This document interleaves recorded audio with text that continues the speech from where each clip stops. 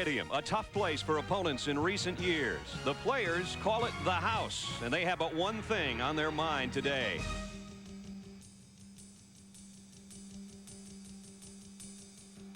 When a team comes into our house, we lock the gates, and there's a battle on, and all hell is going to break loose, period. This is our domain. We want to protect it. And protect it they did in '92 as the gate was locked with a late goal line stand, preserving a 10-3 Indiana win as Wisconsin's Big Ten road woes continued. We don't want them to do anything. We just want them to come here, play 4 quarters, and be on their way. But the Badgers are on their way, ranked in the nation's top 25 thanks to a two-headed ground monster named Moss and Fletcher, who have helped the Badgers dance to a 3-0 start. But Bill Mallory has warned his Hoosiers there will be no dancing today. They're now on our territory. We don't let people dance in the end zone. We keep that game under control. We'll go out there this afternoon and play with that kind of pride to get the job done. The gate is now locked. Let's get her done.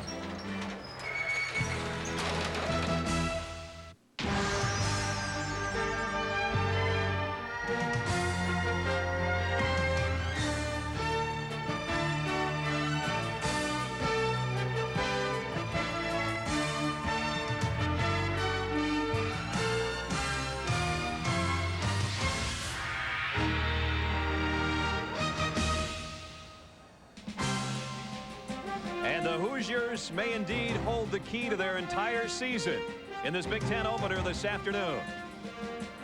Memorial Stadium in Bloomington, Indiana. A top 25 comes to town as the Wisconsin Badgers and Indiana Hoosiers get set in Big Ten play. Hi again, everybody. I'm Brad Nessler. Both clubs off to 3-0 starts. There were a lot of similarities last year as well. They both finished 5-6, 3-5 in Big Ten play, and tied for 6th. Here they are off to that same kind of start, though. 3-0 right now, Gary Danielson, and that's where both clubs obviously wanted to be in this ball game. And as you take a look at the season upcoming, both teams, even though it's a Big Ten opener, think this might be the key to the whole season. Well, Brad, I like motivated football teams, and Indiana has a reason to be motivated. They've got a schedule that's favorable. They're going to play a lot of games early that they can win. And in the Big Ten, they don't have Michigan on their schedule. All right, but look at Wisconsin. They don't play Penn State. They have Michigan and Ohio State at home. They've already proven they can beat the Buckeyes at Camp Randall Stadium. And they've got 8 starters back on defense, led by this guy, all Big Ten nose guard Lamark Shackelford. I don't even know if Indiana can block you. Everybody can be blocked, but don't talk to me about defense.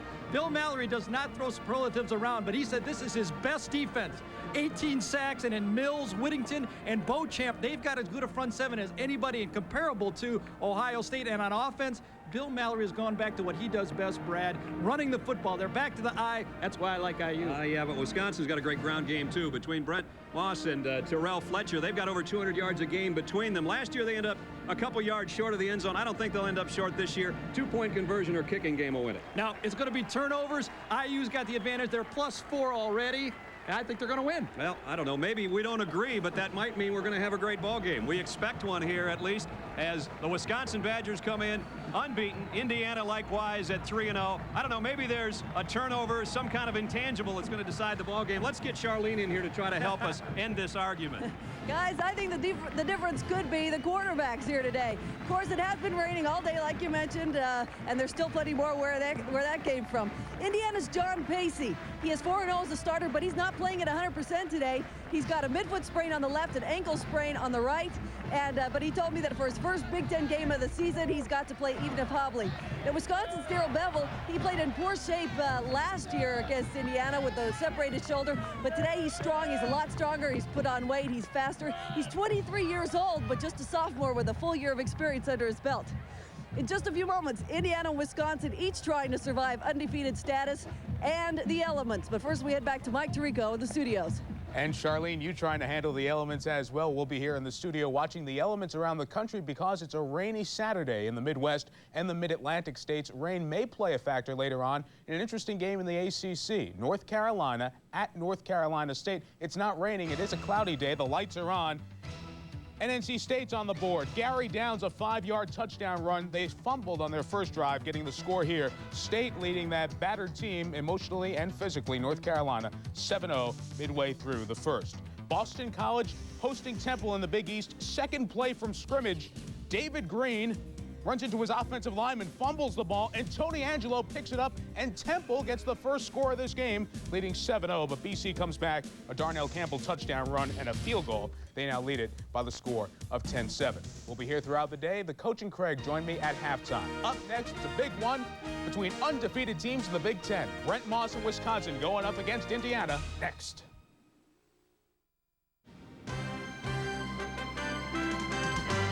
ESPN's presentation of college football is brought to you by Kelly Springfield, America's oldest tire company.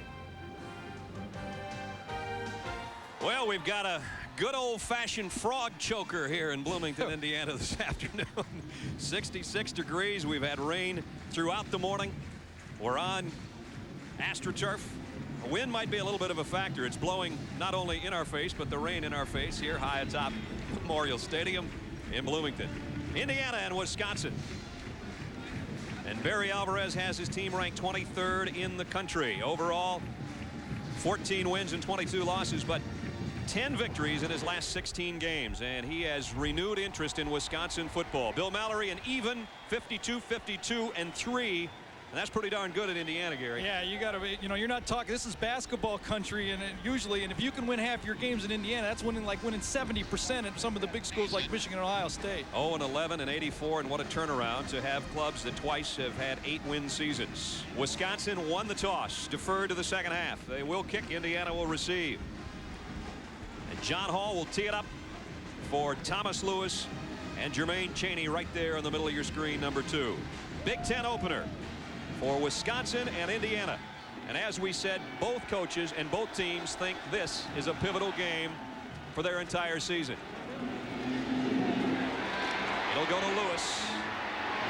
And Thomas Lewis out across the 25 near the 27-yard line. A return of 18 yards. As we take a look offensively for Indiana, they open up with Kenyatta Williams making his first collegiate start with Pacey, the quarterback, and Glover at the fullback spot. The wide receivers, Thomas Lewis has only 5 catches, but 2 for touchdowns. Beatty and Hales join him. And up front, Todd Smith, one-time defensive lineman who's got that kind of mentality. The leader with McKinnon, Carey, Green, and Williams. And a first down, Indiana. From its own 27. And the Wisconsin defense there immediately to meet the running back, and that was Yusef Burgess who made the stop. Wisconsin defensively, we talked about Lamarck Shackelford, all Big Ten nose guard, first Wisconsin player since Tim Crumry to be first team at that position with Fowler and Mike Thompson.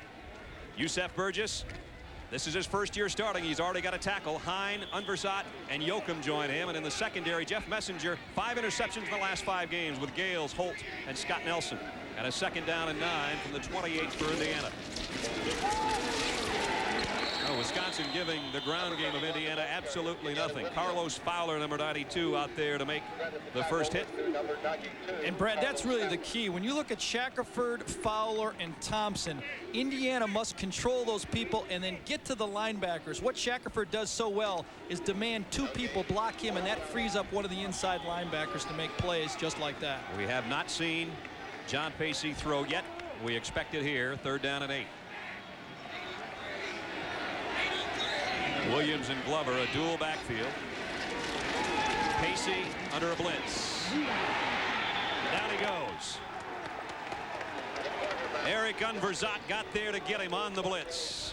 A loss of 8 in a punting situation, 3 and out Indiana. Brad, right off the bat, Wisconsin comes aggressively. They play a blitz package, man-to-man coverage, and Unversat, you're going to see Pacey has time to deliver the ball, but is a little hesitant. The coverage was pretty good on that side, and he wisely took it down and took the sack. And it brings on Jim DiGiulio, the number 2 putter in the country. This guy can boom him. Almost 50 a kick, and Javon Brunston is back deep for Wisconsin. Not a good kick, end over end. And the roll goes nowhere but sideways. So Wisconsin on a 38-yard punt is going to have pretty good field position to start offensively for the first time this afternoon. Let's take a look at the Wisconsin Badgers. Brent Moss right now their leading ground gainer with Darrell Bevel and Mark Montgomery. Lee DeRamus, 17 catches and a couple of touchdowns already with Dawkins and Roan, a good tight end. And up front, Joe Panos, great story, former walk-on, and now he's an all Big Ten performer with Stark, Raymer, Rudolph, and Verstegen. Wisconsin comes out. They've already huddled on the sideline, and they've got it lined up at their own 38-yard line.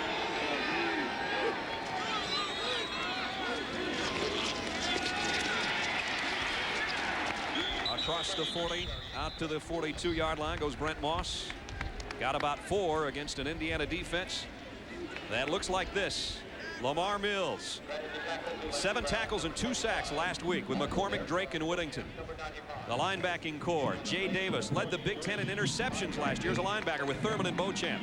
And in the secondary, a lot of experience. Chris Dyer is the leader back there with Watts, Richardson, and Brown. 2nd down, 5 Badgers. Montgomery in motion. They're going to hand it off that way. And Moss has a 1st down, and he's got the corner. Moss down the sideline. And knocked out at about the 1-foot line. Mose Richardson saved a touchdown. 56 yards. No one has been able to run the ball this year against this IU defense. They've only been giving up 86 yards a game. Watch middle linebacker number 48, center your screen, Al Thurman. He's the guy that misses the tackle.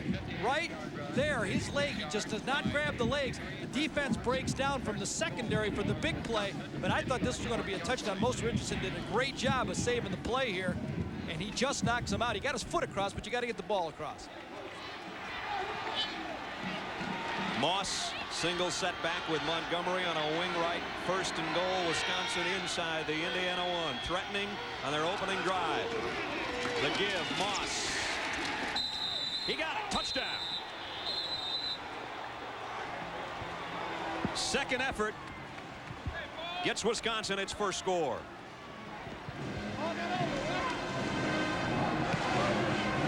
Well, Indiana, all they could talk to us all the last couple days, Brad, was about how tough and solid their defense was against the run. They've been shocked so far early in this football game. You're going to see Moss. He's the physical runner, does well, runs right through a tackle that time, and just gets in there, falls forward for the touchdown. I think it was Wilmot, too. He grabbed the legs, but they're the goal line. You got to hit them head high. Wisconsin has scored so quickly they forgot to bring out their holder. Right now, John Hall says, I can't drop kick this thing through. Extra point attempt. Barry Alvarez searching for a holder. Now he's got a couple of people coming on. And a delay of game will make this, in essence, a field goal. Boy, there's just a mental error there. Yeah.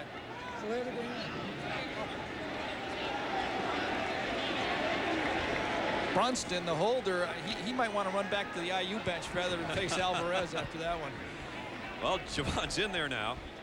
Freshman out of Columbus, Ohio. He'll spot it down. This basically will be a 25-yard field goal extra point now for John Hall. High snap, and it got blocked.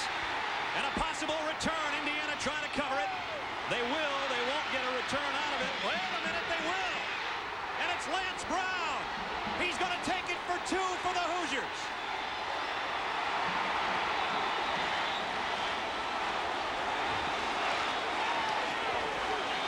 Brown blocked it.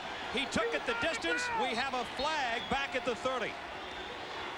Do you believe this start? We have holding by the kicking team. He declined. Touchdown. Oh, what an unbelievable 3 minutes. Lance Brown did all of that. And keep in mind, none of this probably would have happened had Wisconsin had its holder out there in the first place. Yeah, this was a mess up in the beginning. You're going to see Lance Brown come around the corner. It was rather a high snap. He comes by, blocks it. It looked like it was going to be covered a couple times. In this situation, you don't want to fall on the ball right there. You want it to go free, push it forward, grab it, use the old LA Raider type play, just grab it.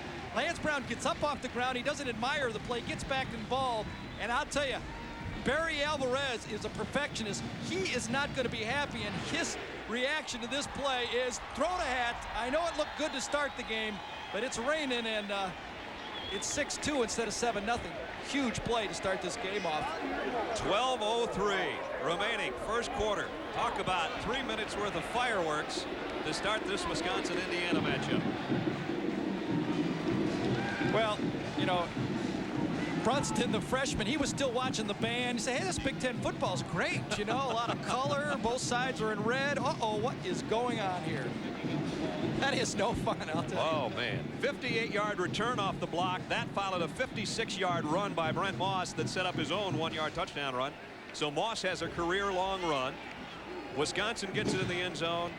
There's Javon Brunston, and he better adjust those gloves and stay as far away from the head coach as possible. Well, let's not hang too much on him. I agree. It's just one of those you just like to crawl in a hole right now, especially when you're a freshman. You know all the seniors and how much work has gone into the season, and then your first road game, you come on the field at the wrong time. And obviously 3 minutes of this game is not going to determine the outcome. John Hall the kick. He hopes. He hopes. And Lewis runs up on it at the 11-yard line. Thomas Lewis, nice return, got across the 30 to the 31. 20-yard run back for Lewis. Chad Cascadden got in on the stop on the special teams. I like these kind. Let's get it off with a bang and take it from here. Well, two teams that were known for defense, we've had a lot happening. I mean, there's two solid defensive football teams in this game, and I really expected a low-scoring game. That shows you what I know. You and I argued from the beginning. We'll argue for the next 3 hours, probably. Rod Carey comes up over center as Indiana with a second offensive set of the afternoon, just inside its own 31-yard line. They'll try the ground game again. Time it pays off out to the 40 for Sean Glover. Reggie Holt, the strong safety, made the tackle. The key, Brad, as we talked, is controlling the nose tackle, Shakerford. You're going to see a combo block between the guard and the center, rubbing off on Shakerford and the linebacker. A little bump by Carey. Green fits him. Then he rubs off on the linebacker. That's what makes the play go. Good for 9. Second down and a yard.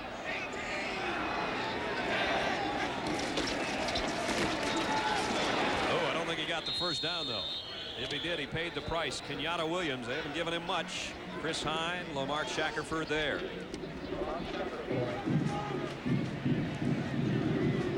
Two different types of defenses, Brad. With Lamar Shackelford at nose tackle, Wisconsin is going to pursue down the line of scrimmage, sideline to sideline. Everyone is running laterally. They're going to try to force gaps by breeding the heads. Indiana's defense is going to try to attack in the backfield. They got the first down by about the length of the football at the 41-yard line. So the initial first down of the game for the Hoosiers.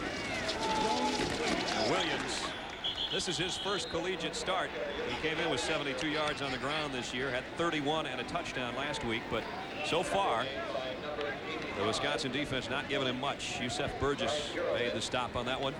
George Blue, offensive coordinator for Indiana, said what he liked about Kenyatta Williams was his intensity and his toughness. That's what he feels he needs as a tailback. That's why he's playing. But only 4 carries for 5 yards so far. Got a couple there. Second down along 8. Play action for Pacey. Got rid of it at the last minute, intended for his tight end, incomplete. Reggie Holt back there covering Ross Hales.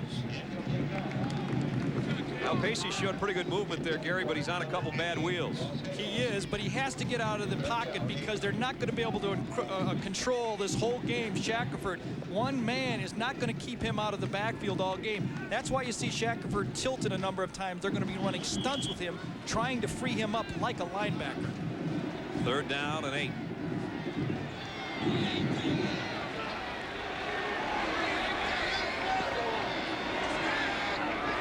Pacey from the shotgun. They'll try and draw off the gun, and it's not going to work. Sean Glover met by a trio of Badgers led by Eric Unverzat. We have a penalty marker down.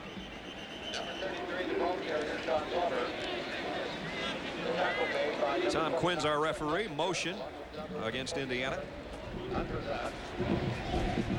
There's George Blue, offensive coordinator for Indiana. Indiana was state-of-the-art for 2 years with Trent Green, one back, throwing the ball over the football field. Bill Mallory said, called in George, said, I just don't feel comfortable with this offense. We have to get tougher. We have to go back to do what Indiana football used to do, is run the ball. On the offense, decline. 4. So only one first down out of that drive for the Indiana offense, and they'll have to kick it away. And Jim DiGiulio will come out to punt. Well, not only has Barry Alvarez brought a system and a toughness to Wisconsin football, but he's, let's be honest, he's brought better football players to this system. And, you know, you win with players ultimately. DiGiulio's first punt, a 40-yarder. Javon Brunston is the man back deep for Wisconsin. Would he love to have a chance at a punt return after being the GOAT at the end of the Badgers' first drive? Nice punt. Brunston fumble. Covered by Wisconsin. He picked that ball up on the 1-yard line, though. That's what the discussion's going to be about. Did he field it in play? He picked that ball up on the field. Now, the momentum of the play took him into the end zone, but I believed he grabbed that ball on the 1-yard line. And the officials will have a conference. We won't make a call, obviously, until they do.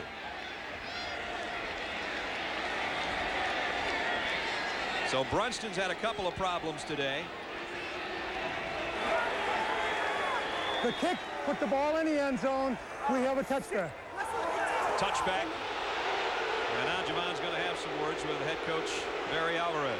Well, we're going to show you that the ball did not make it into the end zone. Brunston with a fumble. And Donnie Brady is going to come in and get this ball. Watch it stop right there, and he carries it into the end zone. The ball should be placed at the 1-yard line.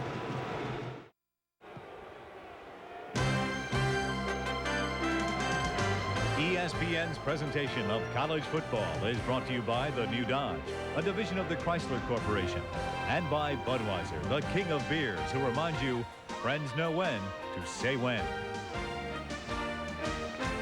Well, the Badgers balloon hasn't popped yet, but it almost did on that last play again. The Badgers lead 6-2 over Indiana. And Brett, there's a huge difference of the 20-yard line and the half-yard line in offense. You've got about 70% of the plays you can run from the 20, about 10% from your own 1-yard line. A break for Wisconsin. They'll work from the 20. With Montgomery and Moss behind Bevel, who wants to throw on first down. Batted up at the line. Tony Drake got a big hand in the way. 6'7", 273. A junior out of Byron, Illinois, and he got a hand in the way of Bevel's first toss.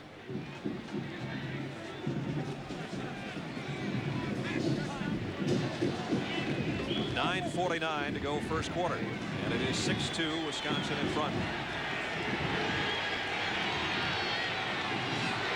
Dawkins and Doremus, the wideouts, on 2nd and 10. Draw play. Moss got about 6, and a penalty marker flies in at the end of that one. Maybe a holding call inside. A face mask, so it's going to go against Indiana. Let's check in with Charlene Hawks. Brad, Indiana linebacker Charles Beauchamp had a big scare against Kentucky last week. Visions, he told me the visions of last year's injury when he was out for the season with an ACL knee injury went through his head. He had an ankle injury. Doctors took him to the hospital, took x-rays. They thought it was a fracture and that he was going to have to be operated on. He had called his mom with the sad news that he was out for the season, and as a senior, that was tragic.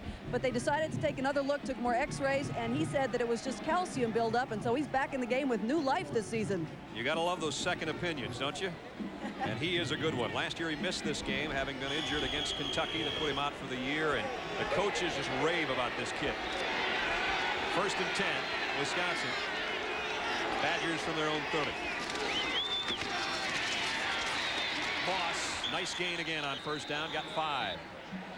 He is running hard here early. Moss is a cutback physical runner. He's going to try to stretch the play and find the first hole he can to cut back in the play. All the offensive linemen will just hit their man and take him the way he wants to go and then start pushing and drive blocking. Moss had over 100 yards and a career high 3 touchdowns last week. He's already got 72 yards and a touchdown today. 2nd and 5. 3 wide receiver set this time, but they'll keep it on the ground. And about a yard short of a first down is Moss again. Bernard Whittington, defensive end, a senior out of St. Louis, in on the tackle. the story of this football game early has been the ability for Wisconsin's offensive line to handle the penetrating defense of Indiana and be positive on first down runs. Well, Wisconsin's loaded up front. They average 6'5", 291. Let's see if they can move Indiana off the ball on 3rd and 1. Unbalanced line left. That's the way they go with Moss on the corner. Got the first down and about 4 extra. Al Thurman, the linebacker, over to make the stop, but not before Moss picks up a Wisconsin first down. If you want to know where Wisconsin likes to run the football, watch Mark Montgomery, the fullback, number 32. He's the lead blocker in all these type of plays. Go ahead and run that thing from the right side of your screen. He's going to fit on player, and he just gets the push, and he keeps his legs moving. He's like a gnat on you. He just keeps going. He just never stops, Brad. The amazing thing about we saw him last year, excuse me. He is an impressive football against player. Ohio State, he was our player of the game, over 50 yards rushing and receiving, but a great blocker, too. 1st and 10, Wisconsin. There's the cutback run of Moss again, and he picks up almost 8 yards and back into Indiana territory as we head into Mike Tirico territory. All right, Brad, we'll take it to New England territory, to Boston College hosting Temple. With the score 10-7, Glenn Foley to pass, and he finds Clarence Cannon in and then towards the goal line. Gets into the end zone to make it 17-7 on Temple's next possession. 3rd block punt of the 1st quarter. It would lead to Darnell Campbell's 2nd touchdown, BC by 17 in the 2nd. Wisconsin by 4 in the 1st, and a 2nd down and 2 on the 7th play of this Wisconsin drive. This time they'll lose yardage. Herman McCormick came from the backside with Beauchamp and made the stop back to the 50-yard line. Again, a penalty marker down. I'll tell you, Brad, that time you called it right. Beauchamp made the tackle, but it was that man right there, Herman McCormick, 6'4", 270-pound senior who just would not be blocked, got into the backfield, and that's why they get those tackles for losses. He just busted into the backfield, and they had to hold him. Wisconsin backing up. This one will go against them.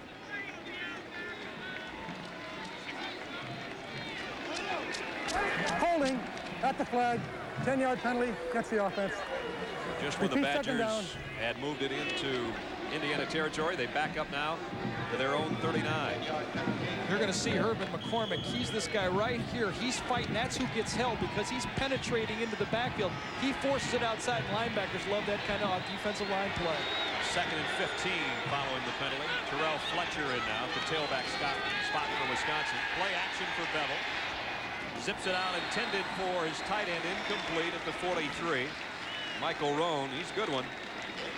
Already 12 catches coming into this game, but that one too far in front of him. Bevel throwing at 70% for this season, but Al Thurman, number 48, the middle linebacker, who has to be aware of the tight end on any play action passes. Bevel likes to go to Roan, and he was right there to make a tough throw. Bevel was smart to throw it wide. So far, the quarterbacks having a little bit of trouble finding their receivers in some very, very wet conditions. You can see a heavy rain in Bloomington and a 3rd and 15 for Darrell Bevel and the Badgers offense. Again, a 3-wide receiver core. And Bevel goes deep middle, in and out of the hands of Lee DeRamus.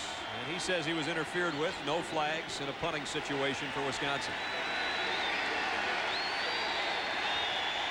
Bevel 0 for 3 so far.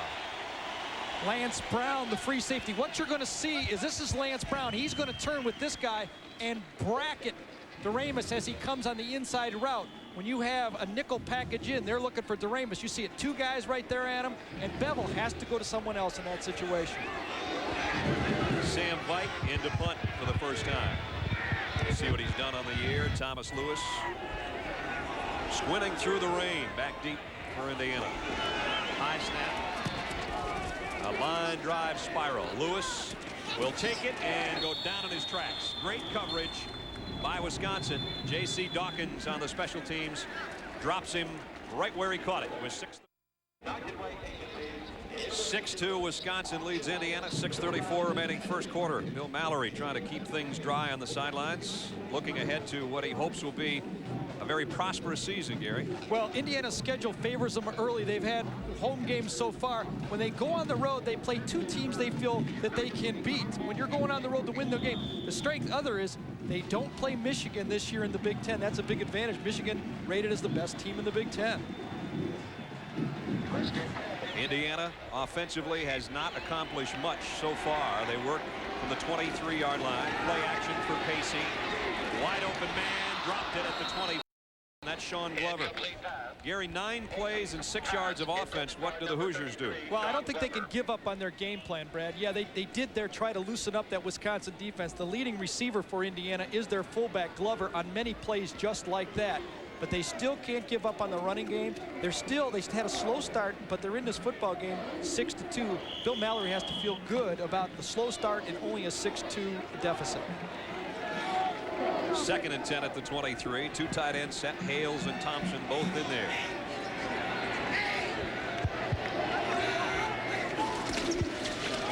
They'll try the ground game. Trying to bounce outside Sean Glover, but a nice job defensively by Wisconsin. It'll be 3rd down and long after we check in with Mike Tirico. Brad, there's rain on the carpet in Tennessee as well after an LSU field goal. James Stewart over the left side, a couple of yard run to checkerboard paradise. Tennessee leads by 4. Philip Fulmer trying to bounce back from his first loss as Tennessee head coach. They've got the orange at Neyland Stadium. We got the red here. Both teams, Wisconsin and Indiana, decked in red, and a 3rd down and 6 coming up for the home team. Pacey, blitz coming. In and out of Thomas Lewis' hands. He should have had that one, it appeared. Yeah. And the problem where at that time is a guy who usually catches the ball with his hands tried to cradle it with his shoulder pads that time. And on a wet day, you even have to go to your hands even more often. You just can't catch them off these wet shirts. So punting situation again. We got a new deep man, Javon Brunston. The freshman had a tough start to this football game, and with that in mind, Wisconsin's going to bring in a new person. Scott Nelson, who's got a lot of experience, is back as a return man for the Badgers. He does a little better. Fields it cleanly, and he's got about 13 on the return. 43-yard kick. Nelson gets 13 on the return. Wisconsin in great shape offensively when we come back.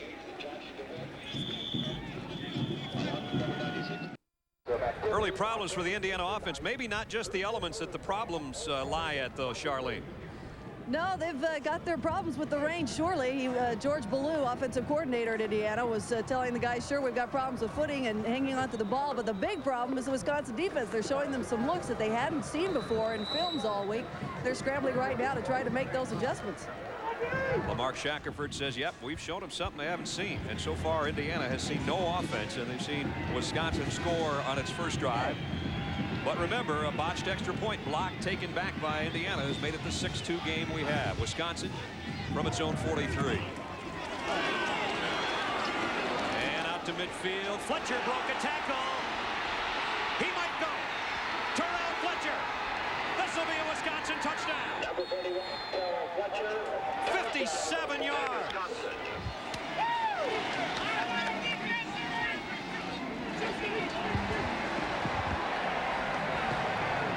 Tell you, they're not only dropping footballs, they're missing simple tackles. That was a play Fletcher should have been tackled. I'll bet it was a good play, but it should not have been a touchdown. Just a play right up the middle of the field. You'll see Fletcher coming right at you. Good blocking by the offensive line. He's into the secondary. But right now, that's a tackle that has to be met. Steve Perkins misses a tackle, Dyer misses a tackle, and you're not going to catch Fletcher. Extra point this time is clean. Everybody on the field to do their job. And the Wisconsin ground game, Fletcher and Moss, who we talked about in the pregame, has Wisconsin in front, now 13-2. 5:22 left first quarter. Well, first it was Moss, a 56-yard run. Fletcher says, wait a minute, I got an answer for that. I'm going to take it 57, and I'm not going to be bumped out at the 1-foot line. I'll take it all the way for the touchdown. You see 1, 2, 3 tackles he runs through that time, backs off. Mose Richardson gets held up with one of the receivers blocking downfield, and Fletcher prances into the end zone. The other thing that you have to point out is good game plan by Wisconsin. They are spreading out that IU defense with 3 wide receivers. That's taking Beauchamp out of the football game. There's what those two did last week, both over 100 yards. And as I mentioned earlier, Moss with a career-high 3 touchdowns. Fletcher has his first one of the day, as those two have combined for 146 Wisconsin rushing yards, and we've still got 5:22 to go first quarter. John Hall has got it teed up again. Thomas Lewis and Jermaine Chaney. Lewis has handled the first 2 back deep for Indiana.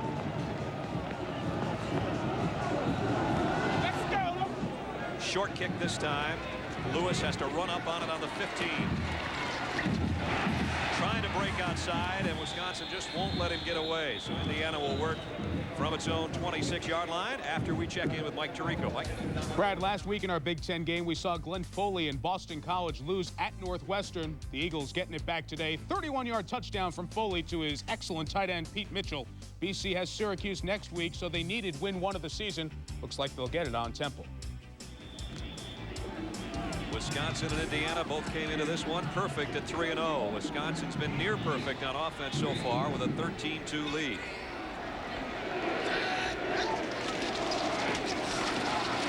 Jermaine Chaney, and he's going down for a loss, and it's Lamarck Shackelford again.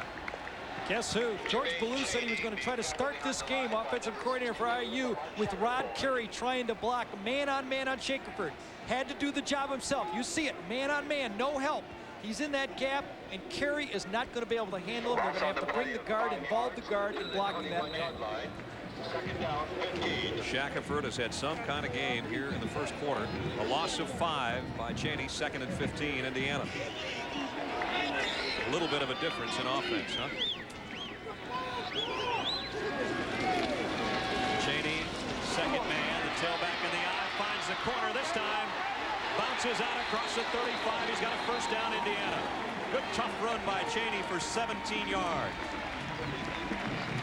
Well, Chaney is their second leading rusher on this football team. Michael Batts, injured, will not play in this game. But Chaney is better coming off the bench, George Ballou told us. He watches the game. He's got great breakaway speed. Good block that time by Glover to break him around the corner. You see the receivers, Beatty, getting into their man. Very positive play, one of the few they've had. And Reggie Holt looks like he's the man who's down on the field there. Strong safety for Wisconsin. Reggie Holt down and pointing at the left leg. You'd like to hope he's pointing at that thigh pad, but they're working on the knee.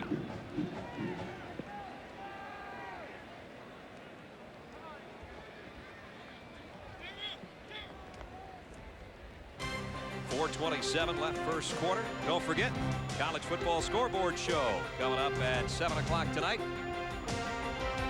And we'll follow that with our primetime matchup as Rutgers, unbeaten, taking on Joe Paterno's somewhat surprising Nittany Lions of Penn State, ranked 8th in the country. That's tonight, 7:30, right here on ESPN.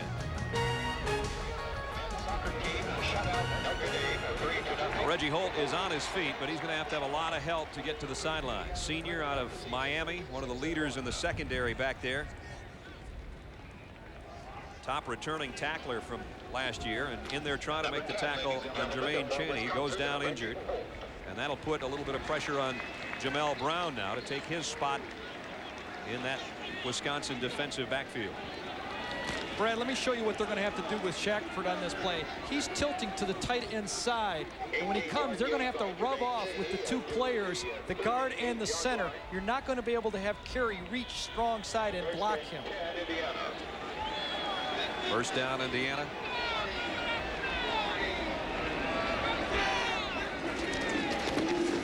Glover, boy, was he hit immediately. Pratt came in that time.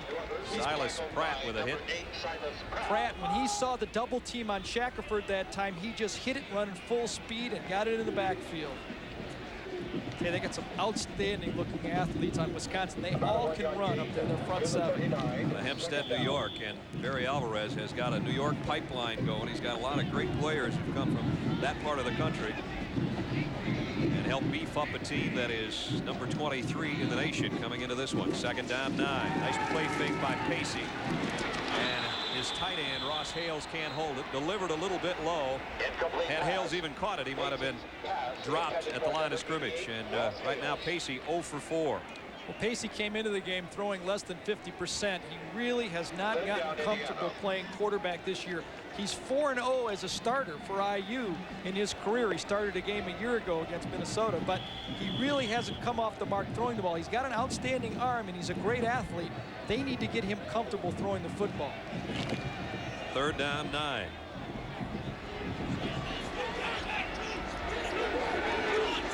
Wisconsin has brought some pressure on Pacey in previous 3rd down and long situations. They show blitz and now back off it here. High snap out of the shotgun. In and out of the hands of Jermaine Chaney, who could only really get one hand on it. And Indiana will have to give it up again. You know, you can say IU looks out of sync offensively, but let's give the credit to the Wisconsin defense right here. They seem to be in the huddle on every play and know exactly what's coming. Here's a guy that wants to air a punt out. He aired 3 in a row out against Kentucky last week. He has got a serious leg, Jim DiGiulio. He's set to punt. 58 long so far today, but he had a couple 63-yarders last week against Kentucky. High snap. Nelson clears everybody out of the way. It does take an Indiana roll inside the Wisconsin 20 down near the 18-yard line. 3:22 left first quarter. Let's go to Mike Tirico.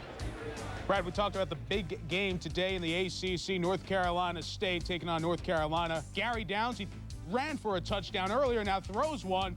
And look at Rob Brown take it off the head of North Carolina defensive back Sean Crocker. It would lead to a score. State's up 4. Wisconsin up 11 in this one with 3:22 left. Brad Nessler, Gary Danielson, and Charlene Hawks on a wet day in Bloomington, Indiana. Home team down 13-2. Wisconsin's had a couple of long runs, 56 and 57 yards by their two-headed tailback of Brent Moss and Terrell Fletcher. Here goes another one. This time it's the fullback Mark Montgomery. Only his 5th carry of the year, but it goes for 24, Gary. Well, Mark Montgomery is usually the blocking back, but he can wow the scouts when he, as a senior, he can run about a 4.4 40 as a fullback, block anything that moves. He just comes inside. Great block by Fletcher that time on the wide rushing end, and he's into the secondary again. Brown and Richardson making too many tackles against a running game. 170 rushing yards for Wisconsin. First man through is Montgomery again. And that one whistled dead as he crossed the 45 to the 46-yard line. Chris Dyer there to make sure he was going to go no further.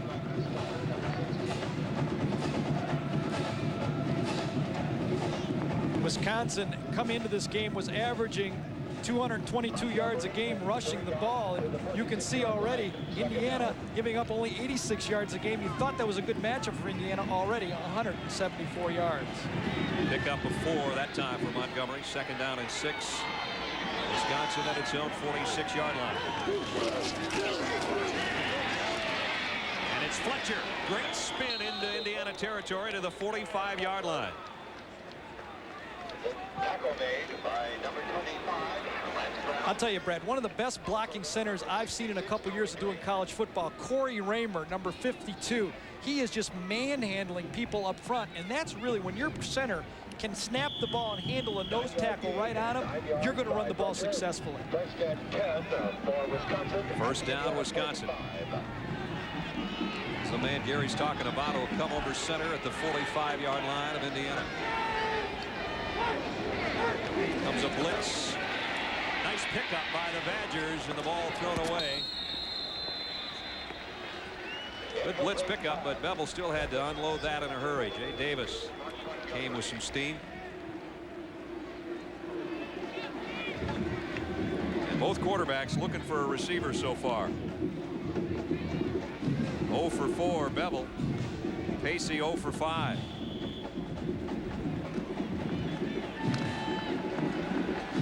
Well, it's not a conducive day for throwing, so the ground game is going to be key, obviously. 2nd and 10.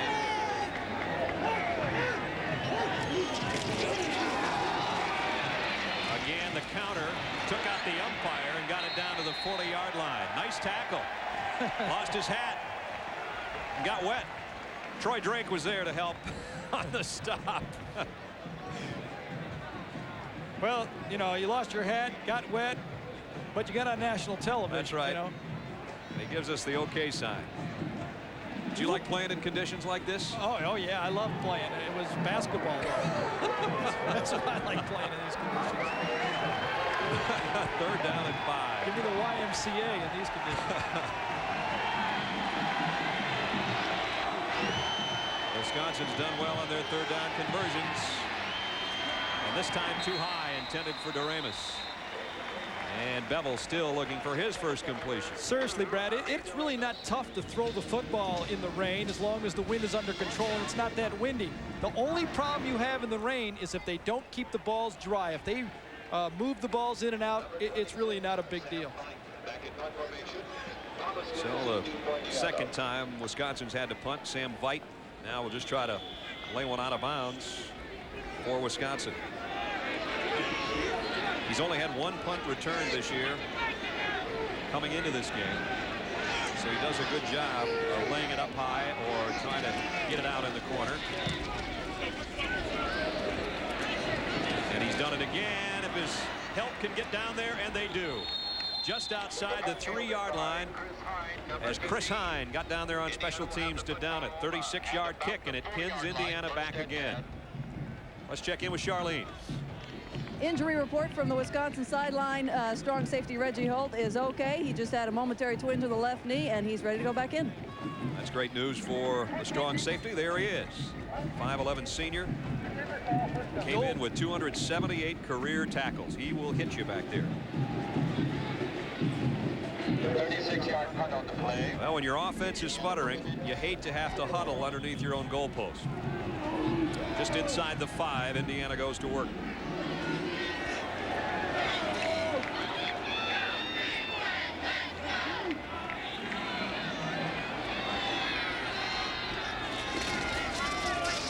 Chaney. And Reggie Holt, who just checked back in, makes the tackle. Number 10, one of the tacklers, Reggie Holt. Pickup of maybe 2. 2nd down and long coming up, and our first quarter starting to wind to a close. Brad, you know, sometimes you don't have to make the play to make a great play on defense. Watch Mike Thompson, number 66. He takes on the double team. Now watch him sit down on the play and allow his linebackers to make the play. That's good defensive line play. Don't get blown out, especially when 2 guys are blocking you. Hold your ground. 2nd and a long 7 coming up, Indiana. Pitch. Out to the 10. Goes Chaney. He's going to be 5 yards short as the first quarter starts to wind down to a close. Indiana having blocked an extra point attempt by Wisconsin and taken it for 2 points, but that is about all they've got to show for the first 15 minutes. The rest of the quarters belong to the 23rd ranked Badgers of Wisconsin. They're up 13-2.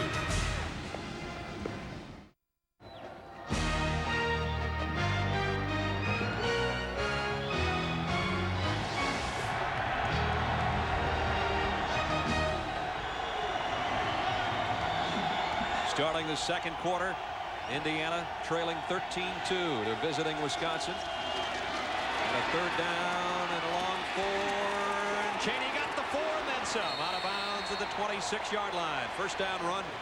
Jermaine Chaney, the junior out of Flowery Branch, Georgia. 16-yard pickup. And that is the biggest first down. They haven't had a lot of them, but that's a big first down for Indiana. They needed to get their defense off the field and show that they could move the ball. Offensive coordinator George Ballou had to pick up a first down with this offense right now and settle down his troops. Or knowing Bill Mallory, he might tackle someone on the sideline. he can get intense on you. At the 26. I don't know how many games we've done where we play a quarter and have not had a completed pass, but so far that's the case. Chaney close to 4.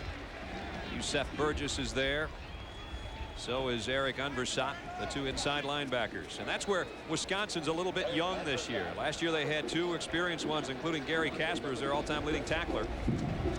Yeah, and that was the area that was a question mark, but I think their defensive line of Fowler, Shackelford, and Thompson are really cleaning up linemen, and, you know, I think any competent linebacker is going to make a lot of tackles back there. Somebody might say Burgess is a senior. How can he be young? But he is experience-wise. He's never been a starter until this year. 2nd and 7. Pacey lays one out, incomplete. Thomas Lewis, the closest man. And it was Donnie Brady back there covering. Well, we'll bring up 3rd down and 7. For Pacey now, he's got to go into the wind with the rain. I think his chances are going to go down. They're going to need to give him easier throws, especially than throwing the long sideline route that he tried to attempt that time. That's a real tough throw, and it just blew away from him. George Ballou, the offensive coordinator, looks at his troops with a 3rd down and 7.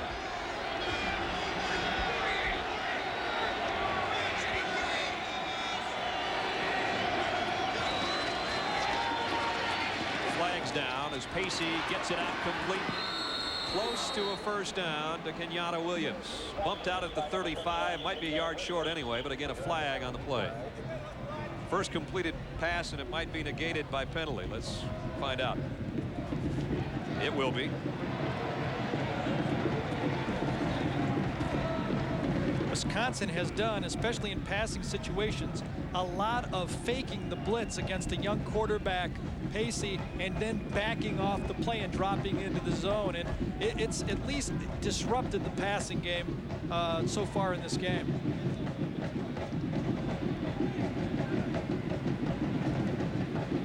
Bill Mallory, 4 wins and 5 losses in his previous 9 outings against Wisconsin. We will measure before we will talk about the penalty. And the reason they're measuring, Brad, is they could decline the call if it's short of the 1st down and make it 4th and 6 or 7 inches probably. Might even be more than that. Let's find out. No.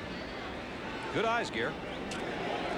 Yeah, because that's all those years on the sidelines. You get good. I was usually on the far sideline there. Oh, yeah, that's short.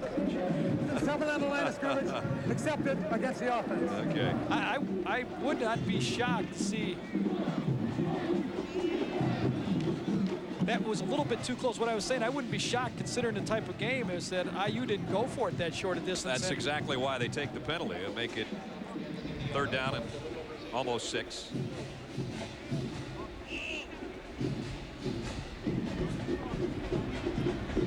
So they'll reset it. Another 3rd down opportunity. Brad, if I was Bill Mallory and George Ballou right now, I would tell Pacey, do not force the ball in this long yardage situation. This is when young quarterbacks starting out with bad stats tend to try to make a little bit too much happen in this situation, try to force a 1st down.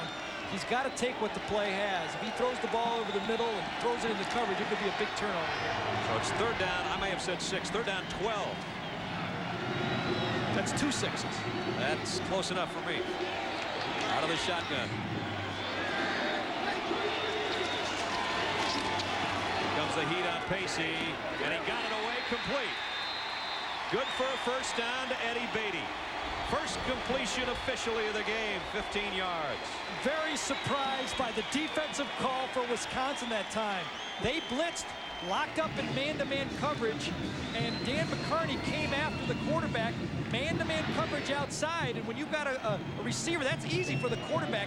No coverage to throw underneath, just throw the ball out there, and the outside Kenny Gale's corner had to give him some room, especially on a slippery field. Pacey had to lay the ribs out there for Unverzat, who leveled him as he threw, but completed it to the 39. 1st down, Indiana. Glover cuts back to the 43, where he ran into Carlos Fowler and Chris Hine. Carlos is senior, Pontiac, Illinois, 6'3", 275.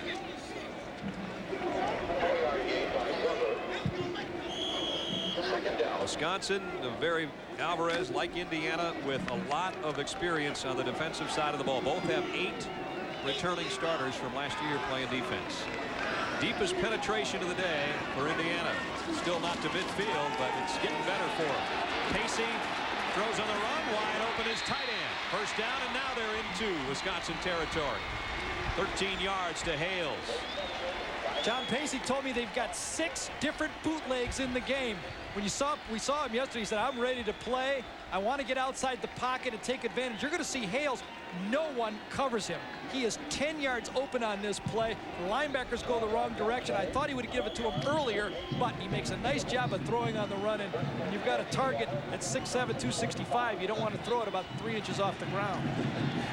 Those 2 bad ankles of Pacey's, you can tell the adrenaline is starting to flow now. It's not bothering him at this point.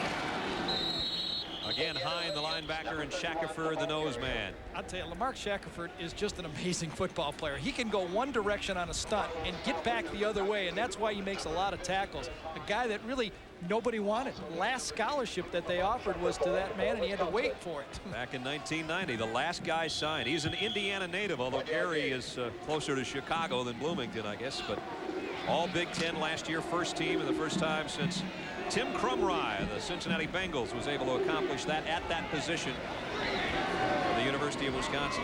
10th play of the Indiana drive. Pacey wants it all, airs it out. Lewis, oh, just over his outstretched arms. That's a heck of a throw. 50-some yards into the wind with a wet ball. You cannot question the arm he has. In fact, in film, we've seen that happen a few times. The long pass overthrowing Lewis. Again, bluffing the blitz, steps back, steps into this throw, and he just rips it into the wind. The free safety, Nelson, gets caught up, and if it had been on the mark, it'd have been a touchdown. Not to mention, that was not Chris Fowler hitting him, but Carlos Fowler after the throw. So yeah, he stepped into it. I was really impressed meeting him in the offices, just the strength of his legs. I tried to tell you that I had legs like that one I day. laughed that off in a hurry. Started at their own 4-yard line. 4 minutes later, they're at the 44 of Wisconsin, but it's 3rd and 9. They'll go from the shotgun again. Here comes a blitz. Pacey's going to try it again. Incomplete, broken up, and a flag down. Kenny Gales, that one did hang up there in the wind. Kenny Gales broke it up. Yeah, and that was kind of pretty smart by him. He did not have time, Pacey I'm talking about, to wait on the play, so he just kind of laid it up. He knew he had man-to-man coverage and figured his receiver was better than defensive back at getting it. Tom Quinn's been a rather busy referee here. First quarter and a half. Motion against Indiana. Well, Indiana didn't come away with any points, Brad, but they really accomplished what they needed to, was to show some offense and get Pacey into the game with a little bit of confidence. On the offense, declined, 4th down. Brings up the 4th down and 9. Again, the game plan on 3rd down for Wisconsin has been to blitz. You see number 10, Reggie Holt, come in, and from the left side, pressure as he lets it go, and he knew that he did not have time, and he just threw it up. Here's where Indiana might have the best punting game in the country, because they bring in Shannon Rutledge as their pooch punter, and look what he's done this year. Average starting spot's the 6-yard line for the opposition. Lays up the lazy kick. Oops, this one hit one of his men, I think, though, way back near the 20. Yeah, that's where the ball should be spotted, around the 21-yard line. Dan Thompson, I think, the man getting down there, boy, I tell you, got in the way of that. We got a lot of Alphonse Gaston referees right now trying to figure out where this ball's going. I saw one marker thrown out near the 19-yard line, though. That's where it's going to go. Where it's going to go. That's where Wisconsin will have it when we come back. 11:49 to go until halftime.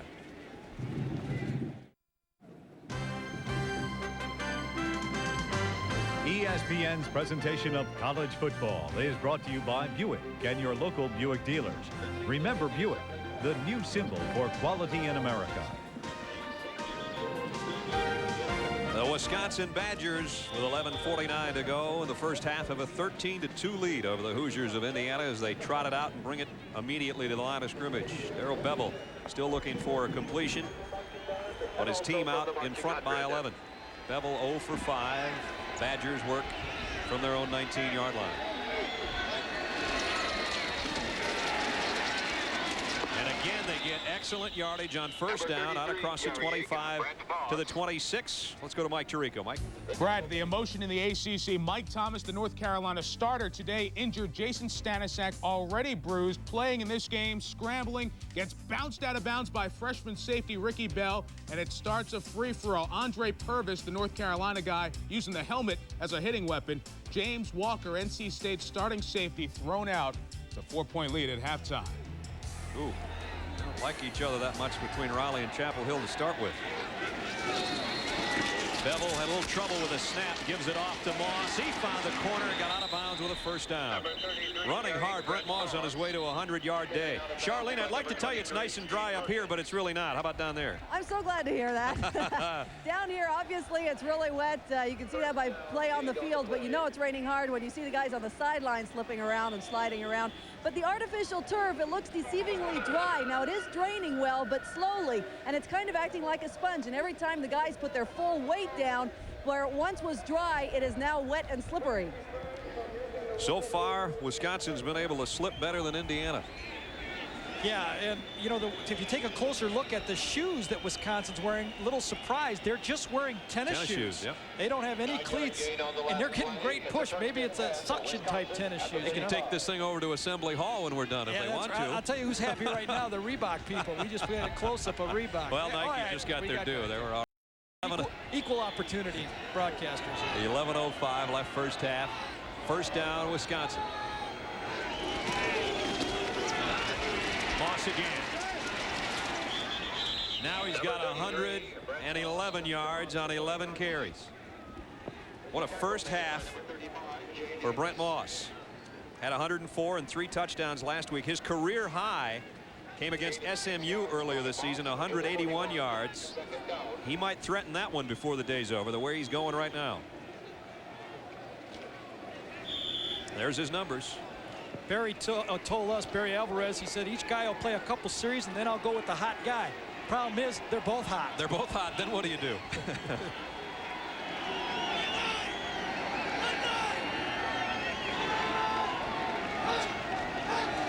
Indiana on a blitz.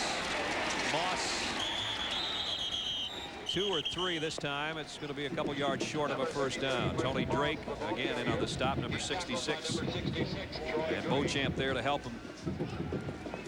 Tony's about the biggest guy on that defensive front, 273 on a 6'7" frame, and he's used all of it here in the first half. And the Indiana defense has been on the field a lot in the first half. Third down and 2.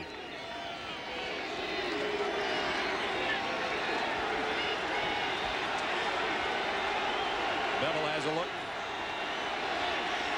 Wisconsin 1 of 3 on their third down conversion so far today. Same play, unbalanced right, they'll run right. There it is, and it's a first down. Brent Moss carrying, number 33. And across the 47-yard line goes Moss. Jason Orton came up to make the stop. Barry Alvarez's team comes in 3-0, ranked in the top 25. Their schedule, Gary, is something they can really make some hay while it's raining out here. We talked about their schedule. We're going to be here, I think, I hope. But look, they're going to be favored to win this game, favored to win this game, and favored to win that game. They could go into that home game versus Michigan with 7-0, and would that be a huge game? You would not be able to get into Madison unless you went in early that week. Already with increased crowds, they sold out Camp Randall Stadium last week. Bevel wants a deep ball to Doremus, and he made an adjustment in the catch at the 13-yard line. Well, if you're going to wait a quarter and a half to complete your first pass, it might as well be good for 39 yards. Well, Mose Richardson got turned around that time. Number 10 corner for Indiana. It's one-on-one coverage, and the ball goes up. And what he does, Richardson, is he does not find the football quick enough, and Doremus is able to come back and make the catch. You see it, Doremus is grabbing the football, and that's the type of play that a receiver who's out wide open, there you see Moss Richardson right there, he gets lost when the ball is thrown, and he never comes back in position. He had pretty good coverage, but lost the football. Wisconsin with an 11-point lead and threatening again with 9 minutes to play first half at the Hoosier 13-yard line. Beauchamp, make it McCormick rather, with first contact there. And that one goes nowhere. Swervin Hervin with the tackle.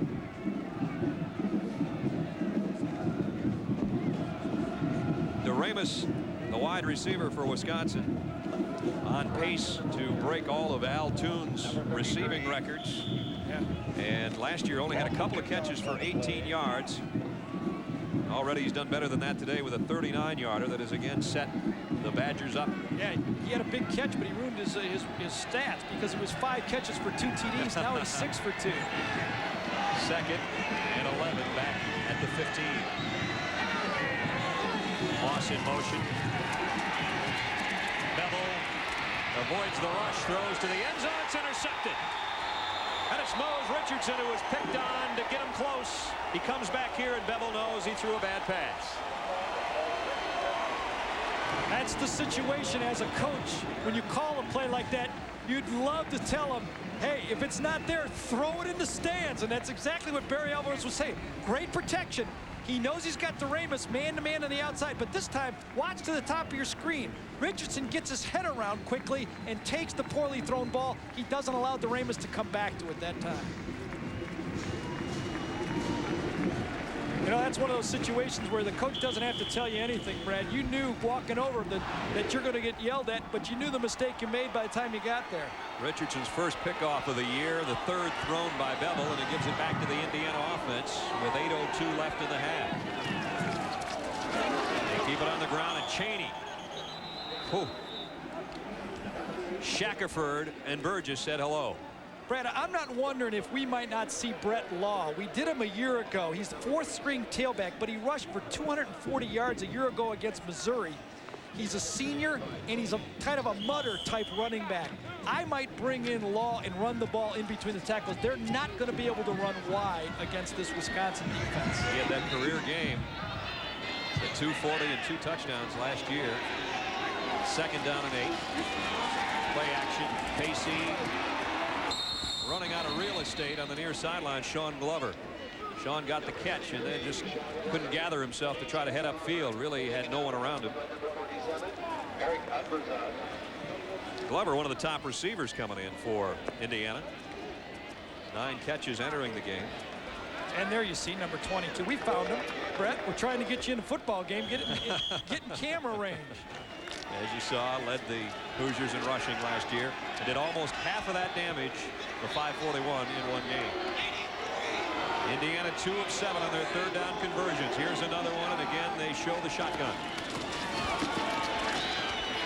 Hales can't hang on.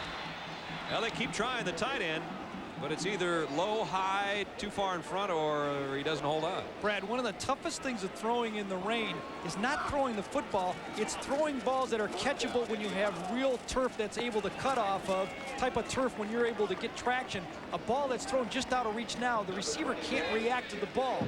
This is a fairly good throw by Pacey, but it's just to the side, and Hales can't stop quick enough and make the catch. That would have been a very routine catch on a dry field. Jim DiGiulio will have to come in and punt it away. So the interception goes for naught for Indiana as far as trying to get some points before halftime.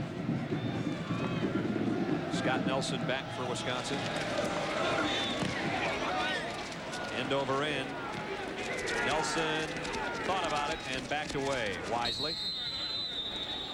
At the 38-yard line, the Badgers have it on offense with a 13-2 lead when we come back. Well, they don't call Madison Madtown for nothing. Those guys made the trip over to watch Alvarez Badgers. They hope to be Pasadena bound. They're certainly off to a great start at 3-0. They've been in those 3-0 spots before, though, Gary. Yeah, they really have, and it really hasn't turned out great. I will guarantee one thing. Out of the 3-0 start, if past history means anything, they're going to win 5 games. That's not a good sign. But in '93, they've got a much better football team. They're looking at 7 or 8 wins. Moss again. He is the hot hand at this point. Down to the 45-yard line. Let's check in with Mike Tirico. All right, Brad, let's go back to the rain at Tennessee. The Vols driving the ball down the field on the ground mainly. Aaron Hayden, 8-yard touchdown run for the junior, and Tennessee leads 14-6. LSU just had the ball at the Tennessee 20 and fumbled it away. Brad? Well, they're not even using Heath Schuler with the running backs doing what they're doing. We approach 6.5 minutes remaining first half in this one. Wisconsin 2nd and 3 with a 13-2 lead. From their own 45, it's Moss again. Nice cutback. And into Indiana territory to the 48. Jay Davis made the stop, but Brent Moss is rolling him up. He's up to 130 yards on 16 carries. Yeah, and he should go pat Corey Raymer, number 52, his center, middle of the screen, right on the helmet. That time he's looking and reading. Then he finds the middle linebacker. Watch it. Al Thurman, number 48, you're going nowhere. He's going to look left and read his defensive tackle. If he doesn't come, he goes and finds the middle linebacker on the play. Once he fits him, he fits him. 6:26 left. Timeout on the field. as Steve Stark, I think, is a little bit shaken up. They're going to help him off. Fred, that is really the key. You know, we saw a great center last year for Michigan, Steve Everett, who really spearheaded a Michigan line running the football. When you can block a nose tackle or a middle linebacker with your center, you can make a running game go in a big way. Everett's proved that as a rookie with the Browns this year, with the way they pick things up. There's a good look at Corey. Fond du Lac, Wisconsin, 6'4", 290. He had bad ankle last year, so we're seeing him at full speed really for the first time this year. He didn't play last week. Brian Patterson did, and played very impressively. So now they feel like they've got some added depth at that spot, too. Moss. Number 33, Brett Moss, the ball carrier. Got 5 more. You know what Wisconsin's doing so well is they're making the initial hit, and then they're taking, as you look at Joe Panos that time, he faced up that time with the linebacker, Beauchamp, and took him the way he wanted to go. When you have backs running as well as Moss and Fletcher, they're just taking the seams wherever it goes from tackle to tackle. Already Wisconsin over its per-game average, and we're not at halftime. 2nd and 5, Badgers. At the Indiana 43, Bevel pumps once and goes deep. Man out there again. Doremus has another one. 1st and goal, Wisconsin. 35 yards this time. Brad Childress, offensive coordinator, Wisconsin, knows they're double teaming Doremus. Let me show you what they're going to do. This back is going to come out here and show a pass where you usually hook on the double team. But this time he's going to hook and go deep. It's a perfectly set up play. The back fakes the screen. They go stutter and go. You see the safety freeze on it, and it's a good play. Deep throw, and Doremus goes up and grabs it. Here comes a blitz on 1st and goal. He got the handoff, and Moss got it down to the tree. That play almost backfired at the snap, and somehow Moss made something out of it. Yeah, Moss, Jay Davis, number 35, timed the blitz beautifully. He's in the backfield, but Moss just kind of stutter steps, makes a miss, and gets a big positive play. And, you know, Indiana is got to be shocked the way that they're easily running through a very proud defense. Badgers with a 2 tight end set in there. Michael Rohn and Matt Nyquist. 4-yard gain to the 4, 2nd and goal. The ball spotted at the 4-yard line. 2nd and goal. Montgomery, the big lead fullback, in the backfield with Moss. Wisconsin in front 13-2 and trying to add more before halftime. Nice play action. They like the tight end in this situation. But Doremus, the intended receiver, broken up. They love that play, Gary, that play action down there. It's been successful for him. That time it didn't work.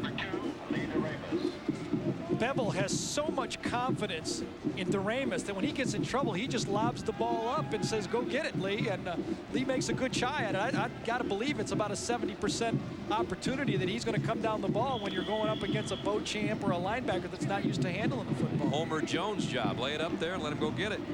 He's got a couple of long ones already. Doremus, his 2 catches good for 39 and 35. This is a tough call in this situation. 34 from the 4. 3rd and goal, Wisconsin. Everybody jumped. Were they drawn off? Wisconsin doesn't think so. May have been just a good hard count by Bevel. He's pretty happy about it anyway. Let's see if that moves it down closer to the Indiana goal line. Dead ball. Defensive contact. And that is the call against the Hoosiers.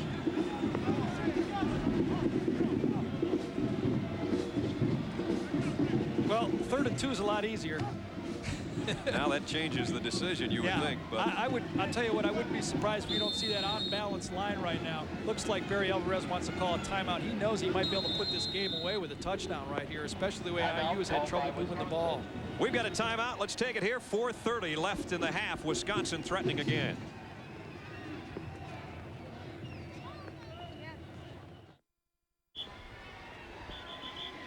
Last year, Barry Alvarez Badgers ended up at the Indiana 2-yard line in the last play of the game and came up short 10-3. They already have an 11-point lead here, and if they score this time before half, they really start to put this game in their pocket. Watch the unbalanced play to the left again. 3rd and goal at the Indiana 2. Nyquist, the motion man. Play action. Bevel, he might try to do it himself. And he got there. Touchdown.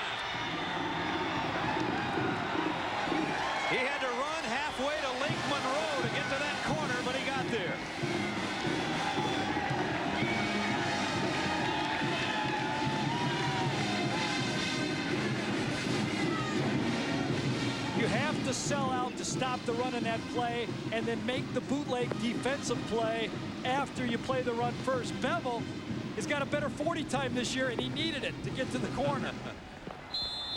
They said he finally got that 40 below the 5-second mark with some off-season conditioning.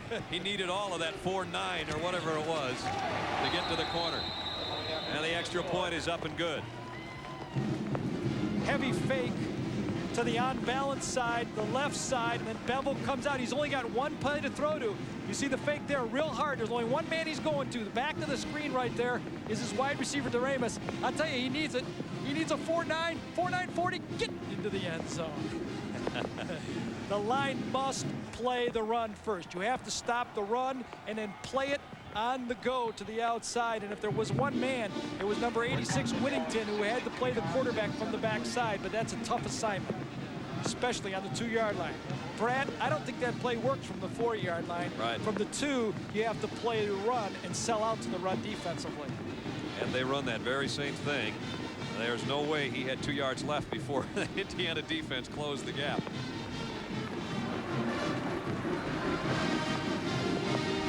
Bill Mallory knows his Hoosiers are in a serious hole here before halftime. 4:23 left, down 20-2. Their only points coming on a blocked extra point following Wisconsin's first touchdown that was returned for the 2-point conversion by Lance Brown. That's all they've got to show on the scoreboard. John Hall to kick. Thomas Lewis has to let this one go. With the wind, Hall blasts one. It's a touchback. Scoring drive went 62 yards in 7 plays. And Darrell Bevel running for his life. Officially, they call it a 1-yard touchdown run. 2:44 the elapsed time. 20-2 Badgers. The big play was the stutter pass to Doremus. When he came down, faked the screen, knew he had double coverage. You got to give the credit on that play, yes, to the execution with that man Bevel, but Brad Childress made a great call, offensive coordinator for Wisconsin. Pacey rolls and sets. Wide open is Lewis. Thomas Lewis to the 41-yard line, a 21-yard pass play. And there's a guy they've got to get the football to today if they're going to catch up in this one. Well, he's such an outstanding receiver. He has dropped one pass in this football game, but you got to go back to him. He's their lead Doremus. You got to get him the football. Pacey comes out. You see the tight end going long, hails that time, and they bring the wide receiver underneath it. Very simple throw, and that time he catches it in his hands and then pulls it in for the big gainer. The biggest gainer of the day for Indiana. 21 yards, first down at the 41. Glover. Sean Glover. Nice tough run. 7 or 8 yards before Silas Pratt could track him down with help from Reggie Holt. Week 4, NFL game day and NFL primetime. That's what we've got in store for you. Coming up tomorrow at noon. Join Chris Berman, Tom Jackson, Joe Theismann, Chris Mortensen, the rest of the gang at noon Eastern. Then at 7, complete highlights of every game of the day on NFL primetime. All coming up tomorrow on another NFL weekend from ESPN. With Gary Danielson and Charlene Hawks, Brad Nessler with you in Bloomington, Indiana, where the home team trails 20-2. And they've got second down and 2. And they won't get it. Lamarck Shackelford just took Rod Carey and a couple other people with him. And then got some help from Yusef Burgess and a loss on the play.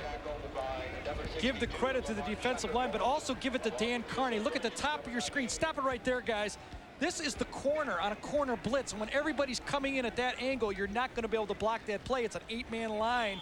Perfect call for an inside trap play. Didn't I tell you Shackelford couldn't be blocked in the pregame today? You argued, didn't you? So far, they haven't done a great job with him. It's 3rd and 3. I know you want to say something. You have to wait now until this play's over. Heading for the corner. Cheney got the first down.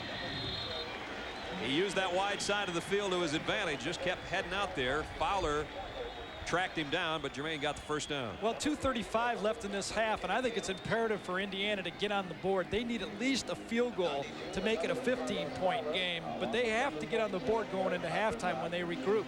They've got the full complement of timeouts, 3 remaining.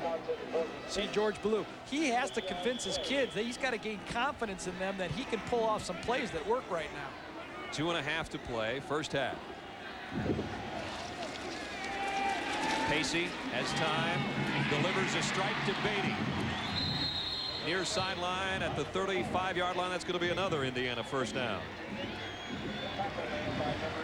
Pacey can throw the football. He just needs to get confidence in his team, and most importantly, I think he has to gain confidence of the offensive staff that they'll call pass plays on first down. And I think in a 22 game, no matter the weather, they're not successfully running the ball. They're going to have to establish the pass first.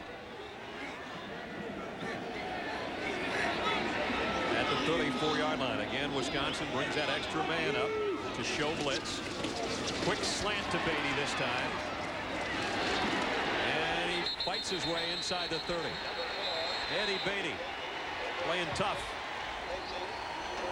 And that's really what they need. They need somebody to light a fire on this team. And, you know, these receivers playing with Trent Green a year ago, Beatty and Lewis, they were the center and focal point of the football team. They got to go to the team, the guys that can get it done. And right now, forget the weather. They've got to establish the pass, and then maybe they'll be able to come back and run the football. A couple of years ago, Beatty had a season-long 49-yarder that set up a winning score and a come-from-behind victory against Wisconsin. He's got 2 on this drive to get Indiana at least down in scoring territory.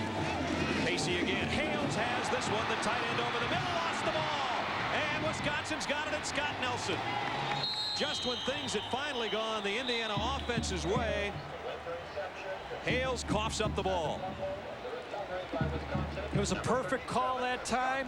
Hales, the senior, he's a captain. He's going to delay left side of your screen. He fakes a block, and then he comes out. It was to him all the way. It's a tight end delay. He's got it kind of loosely that time, and when the 2 linebackers come in there, it's a prescription for a disaster for Indiana.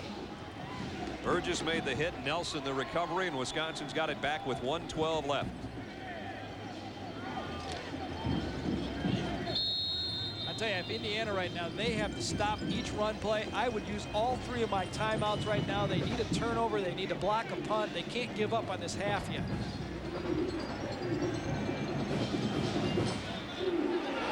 Stuffing the run's been the problem for Indiana's defense so far today, thanks to Brent Moss.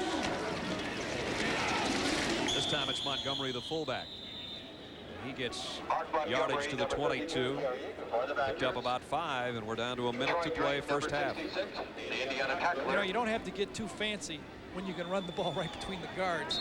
And you can run the ball between the guards when you have good running backs like that. But when you have an offensive center that is just manhandling the linebacker, Thurman and Davis are getting manhandled by the offensive line for Wisconsin. Second down at 5. Indiana chooses not to use its timeouts.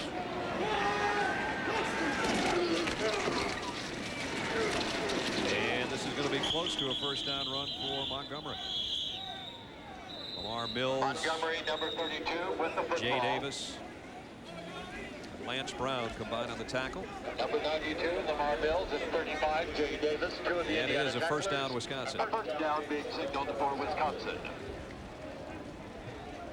Barry Alvarez team has made only 1 mistake all day. That was on a botched extra point. And Bill Mallory is walking a hole in that carpet on the sideline. Yeah, they got away with another huge mistake on that fumbled punt. That's they right. got away with that one. Had that been recovered by Indiana, and usually that's what happens. The punting team makes the play when on a muff play like that.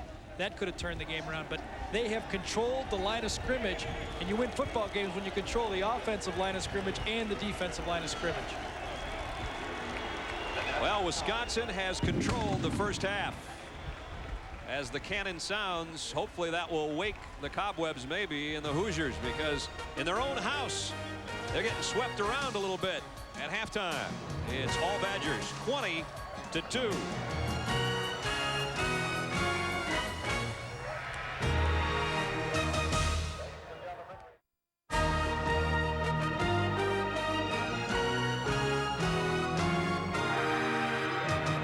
And we welcome you to the Halftime Report, along with Coach Corso and Craig James, Mike Tirico. Guys, we'll get your comments momentarily. Let's get going with what's going on elsewhere in the Big Ten, other than the early good start for the road team Wisconsin in our game. Michigan at home pouring it on Houston after the off week and after the loss to Notre Dame, 21-0. Mr. 6, Tyrone Wheatley, 2 touchdowns thus far for the Wolverines. Michigan State, they've lost the last 2 years to Central Michigan. Central Michigan had it at 10-7 a moment ago, but a Michigan State touchdown as the Spartans up 10 in East Lansing. LSU at Tennessee, a rainy day down in Knoxville, and the first chance to see how the Vols react after a Philip Fulmer loss. Of course, the loss last week to Florida. Rainy day, so do it on the ground. Charlie Garner goes off tackle, a tough 16 yards. It'll set up James Stewart for a score. Tennessee up 7-3. LSU sophomore quarterback Jamie Howard has been off, missing a wide-open Brett Besh. That would have been a touchdown, Craig. Well, it's blown coverage by Tennessee's secondary, but a young quarterback like Howard gets too eager and just overthrows it. All right, LSU did kick a field goal, got to 7-6. Then Aaron Hayden takes over with the Vols driving, shakes a tackle and goes all the way to the LSU 8, and then Hayden punctuates the drive, going into the end zone off the left side. That made it 14-6. The Vols have added another score since then. Andre LaFleur, 2 field goals, but it's not enough. James Stewart, the last touchdown, as the Vols lead by 15. Big game in the ACC from North Carolina. Can you come back after you're battered physically and emotionally in a very emotional game in Chapel Hill last week against #1 Florida State? This an emotion-filled game as well, because it's the rivalry with NC State. Mike Thomas, the quarterback, injured ribs early in the first quarter, likely not to return. So a bumped-up Jason Stanisak, who we said would be in only in an emergency situation, is in and running the option for 20 yards. That would set up William Henderson up the middle, an 18-yard touchdown run. That ties the game at 7. Henderson would have a 1-yard run after this 18-yard game. Next North Carolina possession, Curtis Johnson in the backfield, doesn't put it away, he gets popped and fumbles the ball, and NC State comes up with it, trying to capitalize. They'll go to Gary Downs, who ran one in earlier, the option pass. Watch Ray Griffiths take it off the defender's helmet to set up 2 plays later for the Pack. Rod Brown, a 1-yard run. It was 14-7 at that point. At halftime, North Carolina was down 14-10, and Curtis Johnson, great seal block by the fullback Henderson. He outraces the defense. A 50-yard touchdown, third quarter now at Carter Finley Stadium. It's North Carolina 17, North Carolina State 14.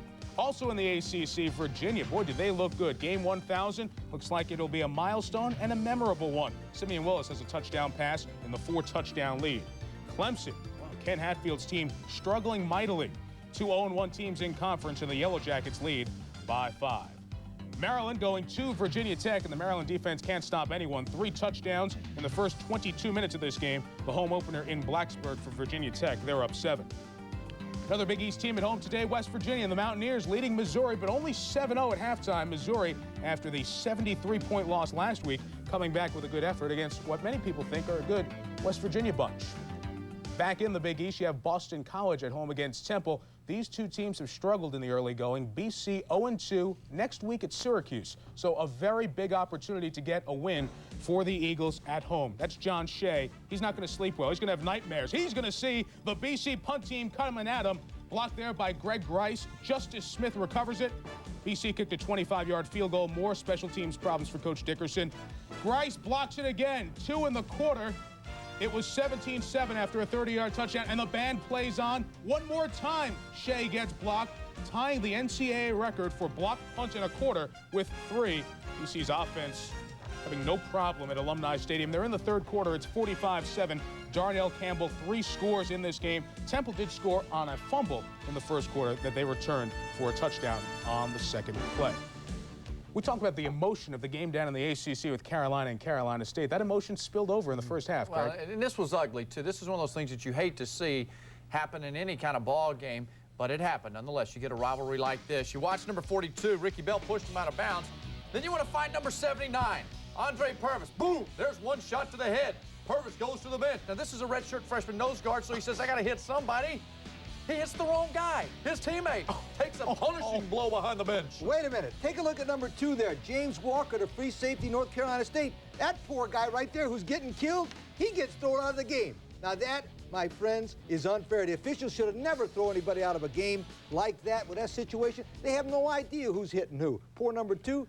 He got banged around. He gets out of the game. And maybe most importantly, as far as the game is related, NC State's secondary is young as it is, all freshmen and sophomores at the safety position. You know what? That guy made a 50-yard run right where Walker would have been. Exactly. Free safety. Good So point. a factor already right now in that game. We'll keep an eye on that, guys. Stay with us as we continue on the college football halftime report. We'll take you down to the Southwest Conference.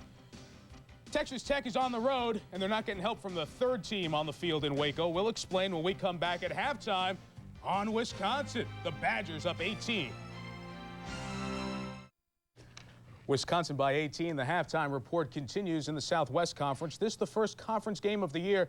What about Texas Tech? They scored 50 in their first game. In their last 2 games, they've given up 50. So would J.J. Joe have a field day against Spike Dykes' defense? In the first quarter, it's Tech on offense, and Robert Hall to Gerard Feebiger. 20-yard score for Feebiger. The extra point was blocked at 6-0. Then Hall, I should say, the running ability. Look at him dodge the rush. Scampering 57 yards down the sidelines. Sets up a John Davis 22-yard field goal. Texas Tech in Waco at Floyd Casey Stadium leading 9-0 in the Southwest Conference opener for both teams. In the MAC in Kalamazoo, Western Michigan, after beating Akron last week, up 17-0 at halftime on Miami of Ohio. Mikey Stadium near the Hudson River, it's Army leading VMI by a point. Kevin Vaughn the touchdown run. Division I AA, the 24th ranked team in the country. Illinois State, the Redbirds down at Hofstra playing on Long Island against the Flying Dutchman. Kurz on the defensive play by Hofstra. Here's Kurz for the 50-yard field goal attempt. And he makes it. Illinois State and Hofstra. That play came back because of a procedure penalty. That was the short attempt. Now here's Todd Kurz on the 50-yard kick that gets blocked by the Flying Dutchman. And it's Fritz Avon who was able to get the block. That's Fritz Avon for Hofstra. Right now, Illinois State leads this game 7-3. The Redbirds have lost 24 of their last 29. Also in Division I AA, Delaware still unbeaten, leading Westchester 28-21 as they approach halftime. Dale Fry, a 1-yard run for the Hens. Georgia Southern, after the tough loss last week at #1 Marshall, end of the quarter they lead Tennessee Chattanooga by 2 scores. Central Florida at home, leading in Orlando over McNeese State 3-0. It's Liberty, which has not allowed a point this season through the air on a touchdown, leading Indiana Pennsylvania 7-3. Top 25 matchup in Virginia, and Richmond leads Villanova early by the score of 7-0. Harvard in the Ivy going to William & Mary, and in Williamsburg, it's William & Mary up by a touchdown. We mentioned Harvard, the Ivy League this week in Princeton and Lafayette going head-to-head, and right now Lafayette trailing 7-0 as the Tigers are going for win 700, much like Harvard. Lehigh and Brown. Brown leads the series 8-2, and right now it's all tied up. The Engineers even at home at the break, or closing in on the break, I should say. The Quakers of Penn at Bucknell. And right now it's an 8-point lead for Penn. Penn leading this series, as you see, quite handily. Connecticut's largest outdoor cocktail party, the Connecticut-Yale game, and right now in the Yale Bowl, it's the Eli's up by 2. Holy Cross going to New Hampshire, leading Dartmouth early on, second quarter, 7-0 that game, 4 minutes gone by in the second. Fordham and Columbia, the battle for New York City's best college football team, perhaps. They're scoreless in the second. And UNH at home has a 15-point second quarter lead over the Black Bears of Maine. As you get a look at that Fordham-Columbia score, here's more scores, including Boston University, very high-powered offense this year, leading the Minutemen by 21 at Nickerson Field off the Mass Pike.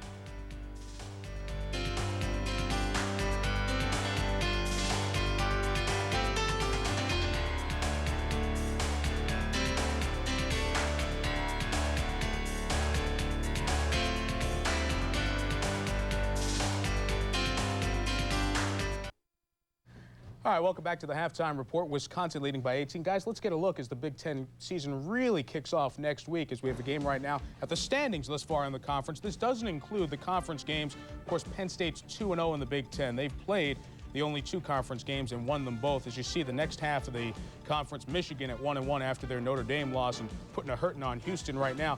Good starts for a lot of these Big Ten teams. Craig, has the Big Ten changed at all? Well, no, they still play smash-mouth football with other players and teams, but they now found speed at the skill positions, which stretches the defenses. So when the Big Ten plays out of their conference against opponents, they've got a double whammy they can put on them, and that's helped them quite a bit. Whether you agree or disagree, there are a couple of ways to measure how good a conference is. One's after the bowls, the other one at a conference schedule. Let's get a look at what the Big Ten has done thus far out of conference this year, as opposed to last year when Big Ten bashing was the in thing. Look at this year, 17-7 thus far out of conference, and it could be a lot more today with some good matchups in the favor of the Big Ten other than the Purdue-Notre Dame game. Coach, I guess my question to you off of all of that is, why is this happening? Okay, I think the Big Ten is improving, Mike, because the Big Ten learned from Michigan to expand its recruiting area and go throughout the country. I've seen more better athletes in the Big Ten in the last couple of years because of that single fact than I have in a long time. Strengthened by better players, strengthened by the addition of Penn State as well. And we'll be looking at the Nittany Lions tonight here on ESPN in our primetime game. Penn State at home taking on Rutgers, two teams used to playing out-of-conference games. They've done it for their entire history. They're out of conference this week. Then they go back in their conferences in a couple of weeks. This time next week, very good game in the Big Ten. It's Iowa at the Big House against Michigan in their bye week. Last week, their off week. Michigan looked ahead. They didn't pay attention to just Houston. Hey, remember, after this game, Chris is back in the chair with the guys for the College Football Scoreboard Show. And after a little break, come back with us at 7 Eastern. We'll get you ready. Everything that happened today in college football, you'll see on the Residents in College Football Scoreboard Show. We're at halftime in the Big Ten, and it's Wisconsin by 18.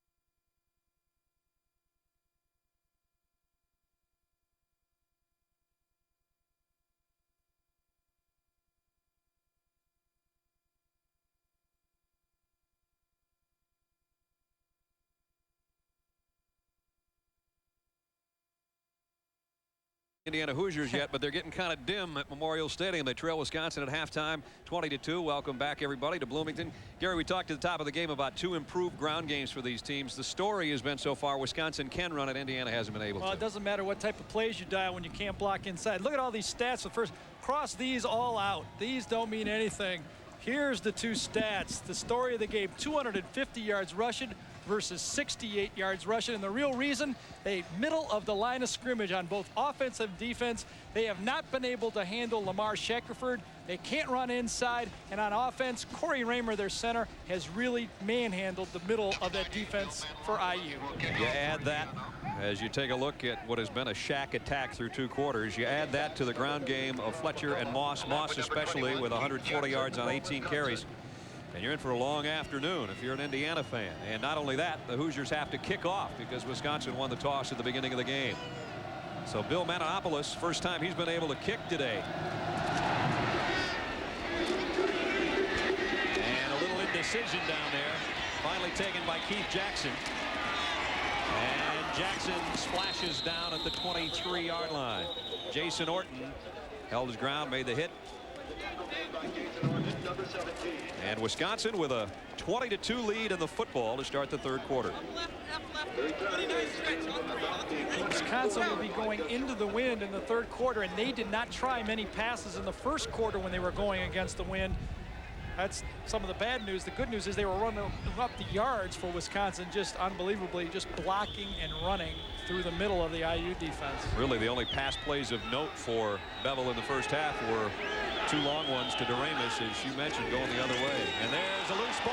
This might be the break Indiana wanted, but did Wisconsin get back on it? Yeah, I think they did. But boy, that's how you can change a game real quickly. Corey Raymer did cover it. He's done everything else in that offensive front for Wisconsin. Might as well cover a fumble as well. Boy, they got a very nice bounce because that was right there for Drake to just jump on, and he just Raymer finds it in his feet. The snap, slippery ball, never really gets to the quarterback. It's right there for Drake and Raymer, and you know, really the center should know it's loose before anyone else, and he jumps on it. 2nd down and 10. Bevel intercepted. Al Thurman back to the 10-yard line, and there's the break Indiana's been looking for.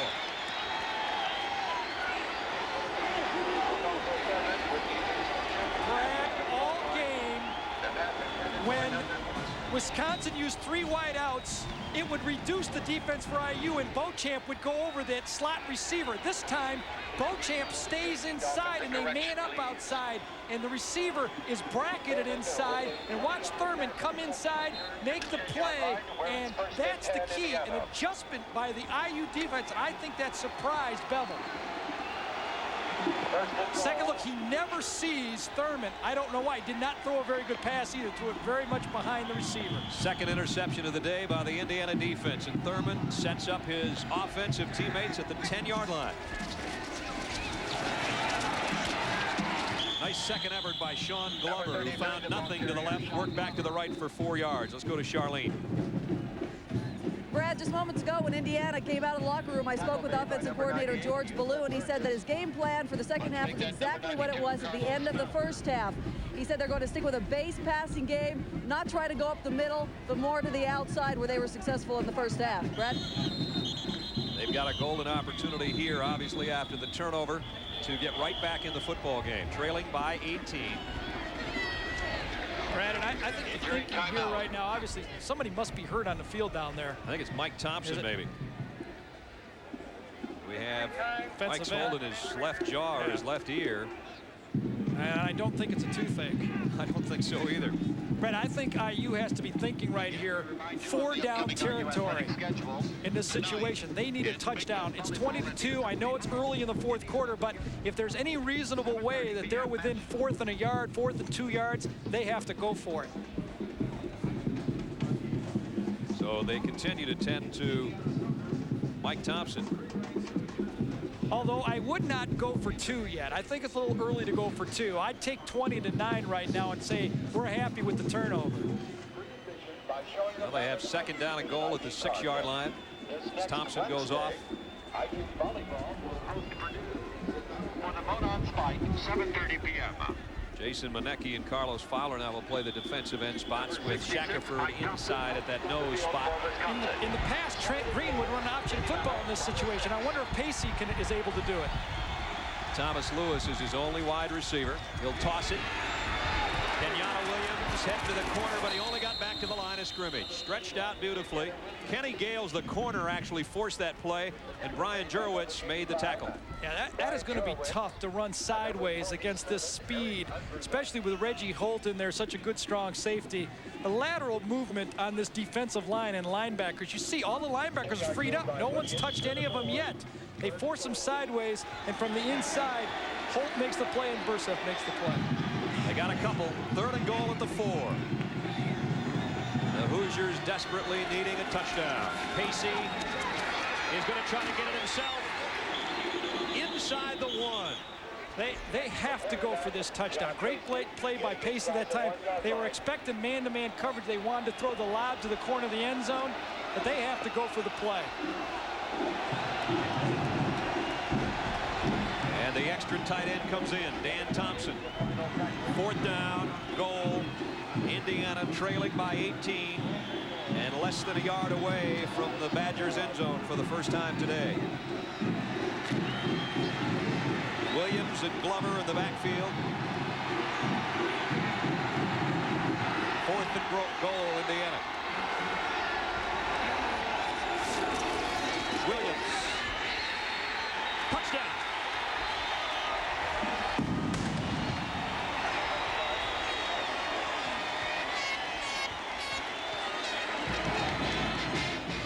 There's nothing that can change a complexion of a game quicker than a turnover in your own territory. I'm really surprised Wisconsin came out and tried to throw the football with the ability that they've had running the ball, especially against the wind. So Al Thurman's interception turns into Kenyatta Williams' touchdown.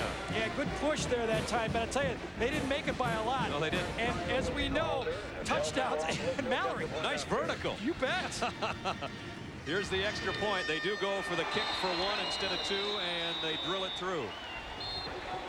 And we've got a break, and now we got a game with 12:02 left. Indiana's cut Wisconsin's lead back to 11.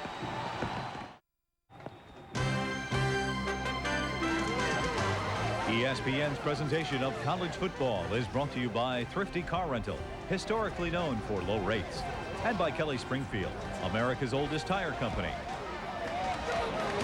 Finally, some reason to believe on the Indiana sideline. They score a touchdown after the turnover, and it's 20-9 Wisconsin. 12:02 to go, 3rd quarter. The wind has picked up. Believe it or not, the rain has intensified. And Bill Maninopoulos is set to kick off for the 2nd time in the last 3 minutes. One thing I'll guarantee is Wisconsin will run the ball on 1st and 2nd down these next 2 plays. I think you're right. Carl McCullough back deep with Keith Jackson. Decision last time as to whose ball it was. This time Jackson points at his pads and says it's mine from the 3. And Keith Jackson takes it out across the 30 to the 32-yard line.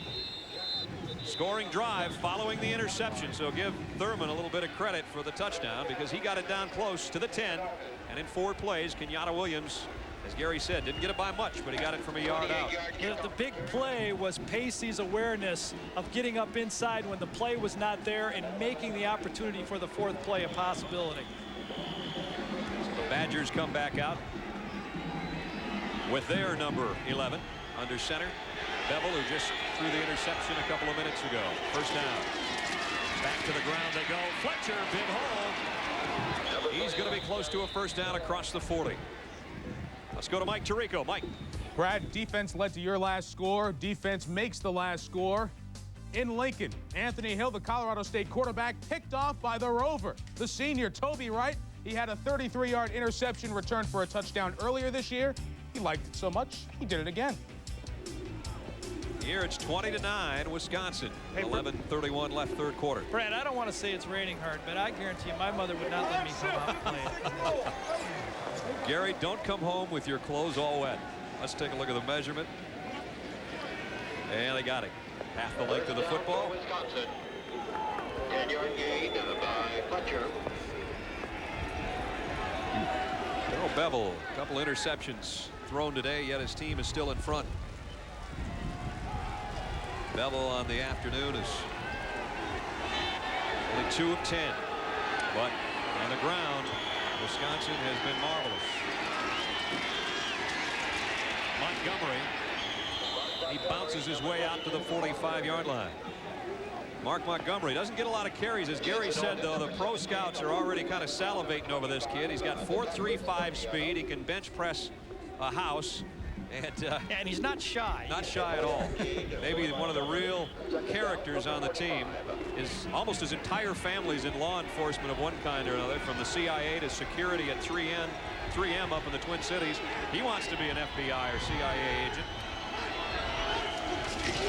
He's not undercover today, that's for sure. Fletcher, a couple yards short of the first down, got to the 49 where he ran into Herman McCormick. That was a design cutback that time. They were trying to run behind the McCormick and the type of stunning defense, and they just take their men past the line of scrimmage and get it in there behind them. Fletcher, the guy carrying the ball now, with Brent Moss getting a breather. Two tailbacks who've had big days already. This is a huge third down for the Indiana defense. They're going to blitz on it. Play action for Bevel, in trouble. Got away, and in and out of the hands of Doremus. Indiana holds. Well, I'll tell you, there's a situation where you notice that Bevel doesn't have the speed. It was 3rd and 2. He broke containment, and he couldn't pick up the first down on the ground. He had to throw the football. Watch this. He beats it outside, cuts inside Whittington, gets out there. He can easily pick up this first down by dumping it to fullback or running for it. He makes a tough throw, and on a windy day, it's a tough catch. Gary, this is almost we're more than halfway through the 4th game. The Indiana defense has only allowed 6 third down conversions on the year in 34 attempts by their opposition. So their defense comes to play on 3rd down. Here's a kick. Line drive. Lewis will take it. Well, he got by the first couple. And then Unverzat got him. But Indiana wanted the ball back, and they got it quickly. They trail by 11. 20-9, Wisconsin with 10 minutes left in the 3rd quarter. But the Badgers still in front, but Indiana's got it back. John Pacey anxious to get his offense up to the ball. He's hit his last 4 passes, 7 out of 16 now on the day. Indiana from its own 21. Nice play fake by Pacey. Wants to go deep for Lewis. He's out there. He's got it.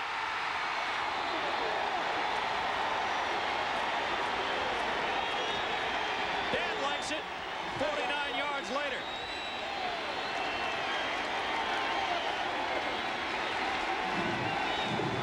We said they had to get the ball to Thomas Lewis, and they do here. Play action pass, another bootleg. They had 6 of them in the game plan. This time, no crossing route. The safety bites number 37, Nelson. He reads it properly, and he doesn't overthrow this one. Beautiful throw by John Pacey, who's got a rocking arm. That's a great throw. To the 31-yard line. And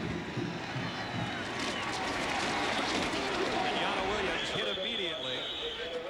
And a nice hit put on by Burgess on the stop. Let's go to Charlene Hawks. Brad, John Pacey's dad is awfully proud down here. He's all the way from New York. The entire family came out, but he's a high school coach, and John told me that you've always been brutally honest about the way he plays. How about if you critique him now for me? Well, you know, with the weather we're having today, it's a little tough for him to throw, but I think he's doing a hell of a job. He's staying in the pocket, and he's doing what he can do. It's a little tough for the receivers to catch today, but we're hoping he can bring him back. He's under a blitz here, and he delivered a strike, but it's in and out of the hands of Beatty.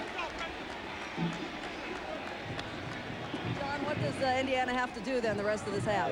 Well, I'd like to see him let him go, let him loose. I think he's a guy that can do it for him. I mean, their running game is not doing too well. Wisconsin's defense is really tough against the run, and he looks like he's got his adrenaline flowing, so I think they should just let him go. Well, you've got another son coming up as quarterback. Good luck to you, Brad. All right. John II talking about John Pacey III, who's got a 3rd down and 10 here. And the kid's got another completion. And that'll bring Dad to his feet again to the 16-yard line. First down, Indiana. Wisconsin, if they have a weakness in their defense, their secondary cannot match up with these receivers from IU. Thomas Lewis is as good as you got in the Big Ten. He gets matched up this time because of the zone cut. He's going to run, get inside the corner, and then break off the safety, Reggie Holt. Good pass protection and a great delivery right in the stomach. First down. You know, I like those old coaches. They don't like to be second guessed, but the first thing they do is second guess. Lewis had only 5 catches for 82 yards coming into the game. He's got 3 for 96 today. They go back to him on the far side on an isolation, but a nice open field tackle by Kenny Gales. They got 5 out of it. It'll be second down and 5. You know, when we saw John Pacey down in the offices yesterday, the first thing he said is, we heard Wisconsin doing a lot of talking. And right then, he kind of impressed me that this guy is ready to play, you know, especially when you've got a coach for a father. You've gone through a lot in life, and 20-2 doesn't mean much to this guy. As Charlene said, brother James, a junior in high school, also a quarterback. John Pacey's got the Hoosiers at the 10-yard line. Second down and 5. Cheney to about the 4. He might have the first down. I think he does. Reggie Holt and Eric Unversad. That is the best push the Indiana offensive line has had in this entire football game. They got Wisconsin back on their heels for the first time, and you've got to contribute that to the increased passing game. You see Hales right there, number 88. He gets the push, and Cheney takes it up inside, falls forward, and that's the sign of a running game that's clicking. Cheney and Glover, eye backfield behind Pacey. 7th play of the drive and first and goal, Hoosiers. Pacey for Lewis, and he threw it out of bounds. Incomplete. Kenny Gales out there covering. Well, I wonder if they have any kind of an audible on that one, because it looked to me like they were looking to throw the fade pass versus bump and run, but there was no bump and run. Kenny Gales had played off, and I'm wondering if they wouldn't run a slant in that situation or something else. That seems to be a wasted play if you don't get the right coverage.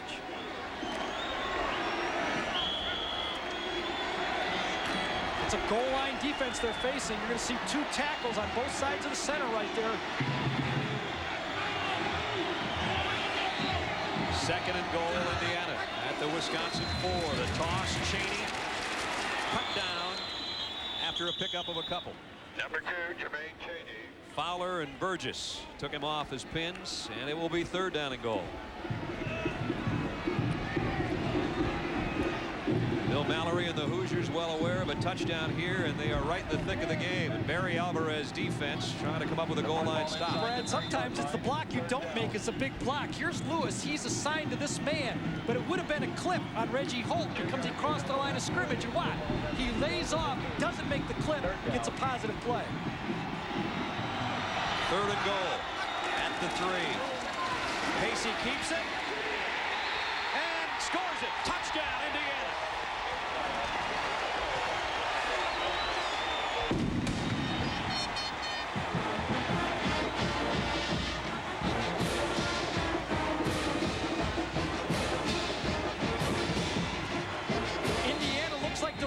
For 2, Brad. I would not go for 2 in this situation. 5 points behind. If they miss it, Wisconsin kicks a field goal. That means you're 8 down. I would kick the extra point. Just play it as a regular game at this point. I would not go for 2. Still a long time left. 6:50 in this quarter, which is the 3rd. Brad, we talked about, did they have the option in the game? It's something that Trent Green used to run for 2 or 3 years around here inside the 5. Pacey does fake to the fullback and just follows his lead guard on an option play right into the end zone.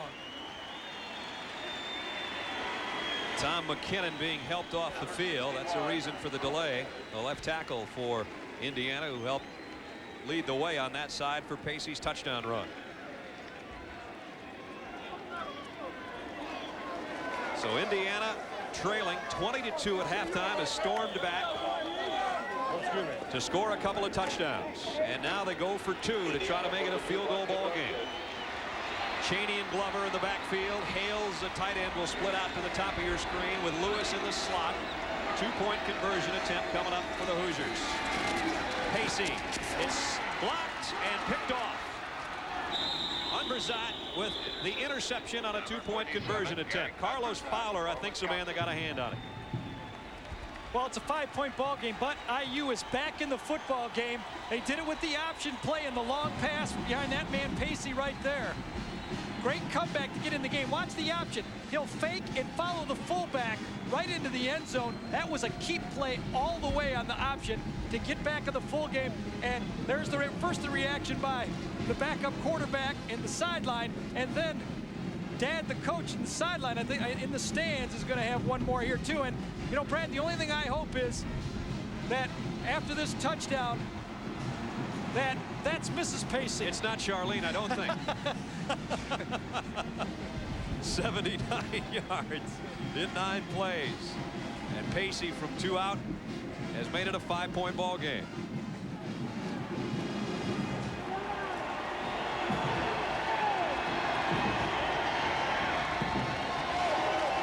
Again, the reason I like just kicking the extra point in this situation is I want to get it into a 4-point game, because the multiples then, if Wisconsin comes down and gets a field goal, you're within 7 points. A field goal now by your opponent makes it an 8-point game. And you'd still need a 2 somewhere. That's right, just to tie, and I think I'd rather play for the 2 to win at home. Monopolis kicks away. Keith Jackson from the 6. And Jackson out across the 35-yard line. He's done a nice job on the returns today. That one 30 yards for the junior. Well, I'm sorry, Brad. You know, what Charlene reported to us at halftime, George Ballou said, we're going to keep it wide open. We're going to run a wide open offense. We're not able to run inside. It has worked. 6:44 remaining in the first quarter. Don't forget the weekend kickoff show coming up on Thursday night, 7:40 Eastern. And then it'll be the UCLA Bruins and the Marshall Faulk-led Aztecs of San Diego State at 8 o'clock Eastern time. That's Thursday night. That's what I should have said. Right here on ESPN. Brett Moss doesn't get back to the line of scrimmage. And now the Indiana defense getting in the act. Lance Brown, Jay Davis, and Lamar Mills. Lamar Mills is the guy that Bill Mallory wanted to get on the football field, and that's why Beauchamp is playing linebacker. He comes and makes the play on this one, and it's, you know, we haven't heard his name much in this football game. He made a play in the backfield, right-hand side of the screen. He rubs off one blocker that time and makes the play. 2nd down and 11. Darrell Bevel in this ball game, 2 of 11 with 2 interceptions. And he lost the handle here, and Indiana's got it.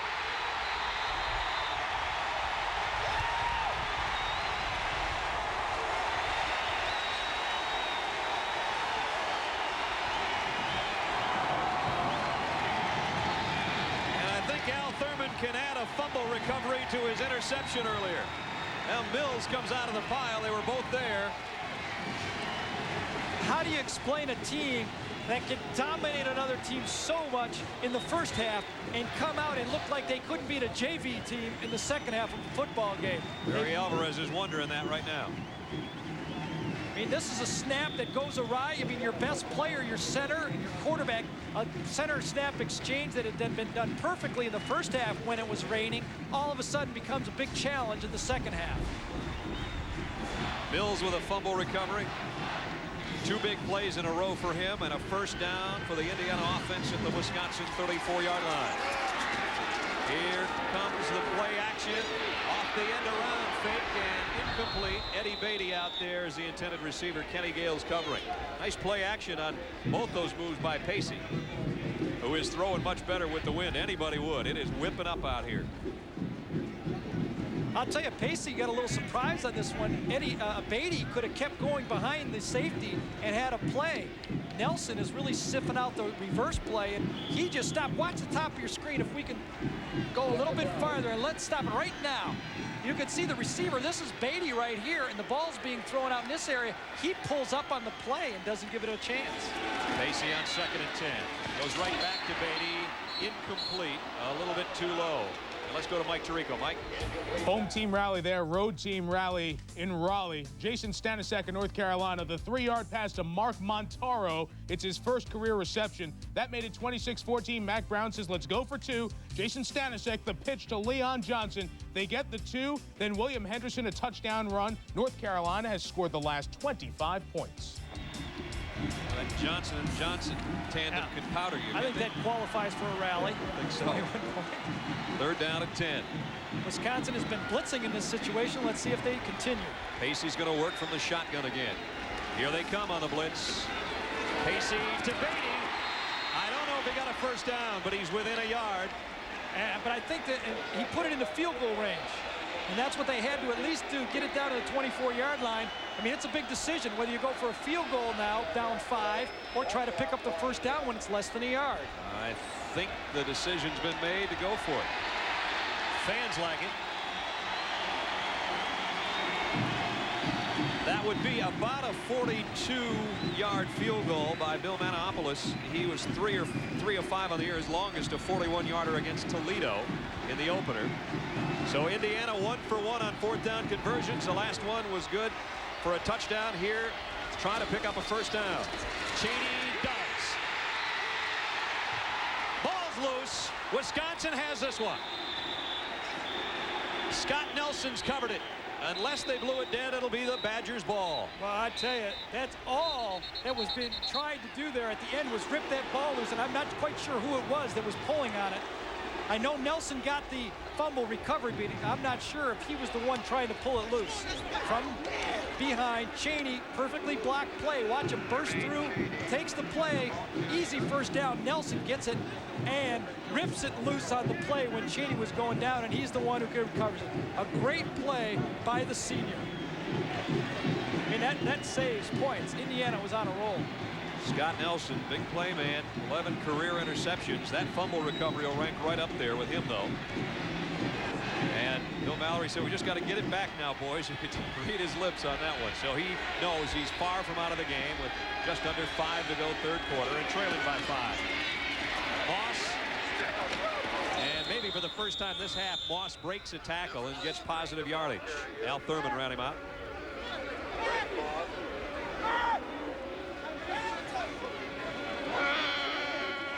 Moss close to 150 yards on the day. You want to try to show determination. McCormick, look at, they're getting penetration in the backfield, making Fletcher go deeper on plays. Before, Fletcher's running in space. Now he has to bounce around those defensive linemen. That's what the penetrating attack defense is supposed to produce. Brent Moss got 4 at 2nd and 6.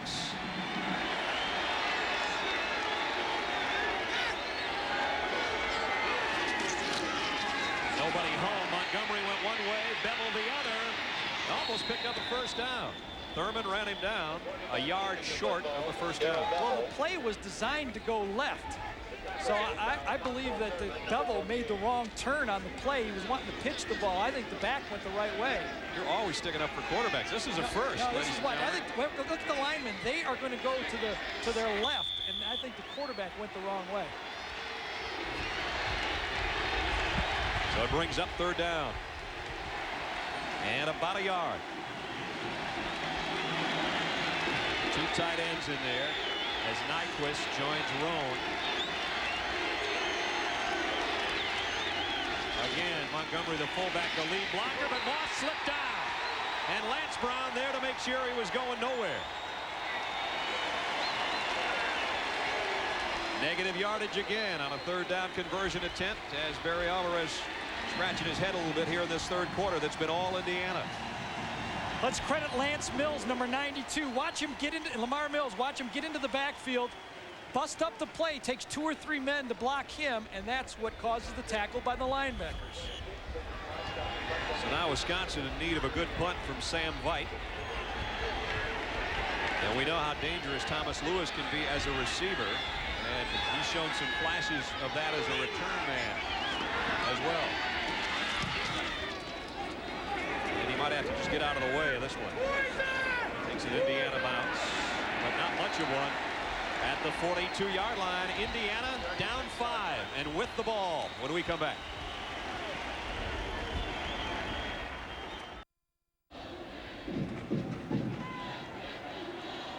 pumped up Indiana defense here. And you know what they're playing for? Oh, sure, the win, but this is what they want, the bone. Based on what who coaches feel had the best hit during the game, this guy gets his initials on here, and Jay Davis got to carry this bone around all week long, had guys pat it and such. The tradition started back in '85. There was a player, Joe Fitzgerald, who used to always tell the guys, if you're not going to bone him, don't bother to get off the bus. This is just an ordinary cow bone painted red, but it sure means a lot to them. Well, they boned up their last defensive series to stop Wisconsin again. Davis, the bone master this week, part of that crew, and it's given it back to the Indiana offense, trailing by 5. Brad, I was just thinking, I'm just glad he didn't say mash him. He'd have to carry mashed potatoes around all week. We got an injured official. We had one go down earlier and lose his cap, and this one's got a worse problem. Not quite sure which official that is, to be quite honest. And there is part of the Indiana defense on the sideline, reveling in the fact that they've been able to shut Wisconsin off. This is 2 different halves like we haven't seen in a while. Well, Wisconsin played into their hand a little bit with that pass play early against the wind in a driving rainstorm. That was a very questionable call, I believe. But since then, Indiana has kept their offense wide open, and I think that's what they're going to have to do the rest of the football game if they want to run the ball, is pass it first. 1st and 10, Indiana. Pass it first to Thomas Lewis. Kenny Gale stays with him, makes the stop. Pickup of about 8 on the play. Thomas Lewis certainly can be considered a possible player of the game for this one, and at the conclusion of our game, we'll be choosing our Kelly Springfield players of the game. Gary and I will select an outstanding performer from each team on behalf of the Kelly Springfield Tire Company. Casey to Lewis, 2nd down. We've got a lot of people on Indiana's side that could be player of the game in this half. It was all Wisconsin the first half. Yada Williams, not much. And there's one of the guys Gary and I talked about at halftime. He would be hard to beat out for that award. Lamarck Shackelford.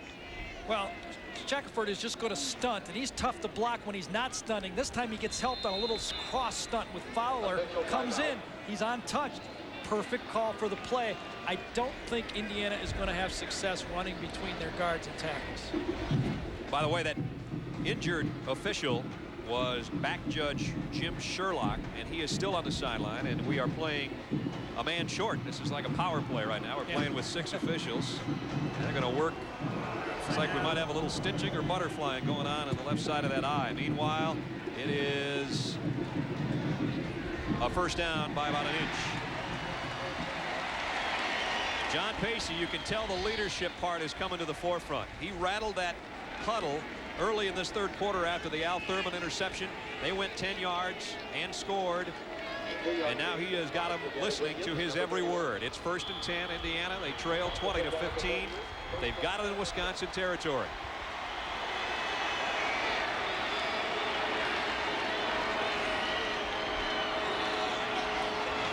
First down and throw. Again, play action, batted down. Shackelford, he's all over the place. Well, that's not fair. You can't be that good. When you don't get blocked, you make the tackle, and when you do get blocked, you knock down the pass. This time, play action pass, he's handled pretty well. He's confused. He sees it, takes a 35-inch vertical jump and knocks it down. Can't do any better than that. Boy, he and Danny Wilkinson of Ohio State. Yeah. Let me start a defense, okay? I'll take those 2. Yeah, I get the next 7 picks. 2nd down and 10. Blitz coming on Pacey, and he's going deep again for Beatty, and broken up and almost intercepted. Nice job by the secondary. That one hung up there a little too long, and Donnie Brady and Scott Nelson broke it up. Yeah, one of the jobs when you throw the ball deep, Brad, is to take the free safety out of the play. You give your corners one-on-one, but if you don't look Nelson, the free safety, out of the play, he can come over and clean up like this and get a very cheap interception. So what your eyes have to do is make contact on the free safety, hold them, and then throw to the sideline. The senior out of Sun Prairie, Wisconsin, has had himself a ball game on defense. They've needed all the defense they can come up with here in this 3rd quarter, as Indiana has stormed back. 3rd down and 10. And again, they'll work from the shotgun on long yardage. Pacey throws short to Glover, the fullback. He won't get the 1st down. Got it to the 43. Yusef Burgess in on the stop with Donnie Brady, and it'll be a punting situation for Indiana pooch punter Shannon Rutledge. Yeah, that was a big stop for Wisconsin. The game was slipping away a little bit, and with only a minute and a half left in this third quarter, they're going to get the win finally and be able to throw the ball themselves, because the whole fourth quarter IU will be going into the wind.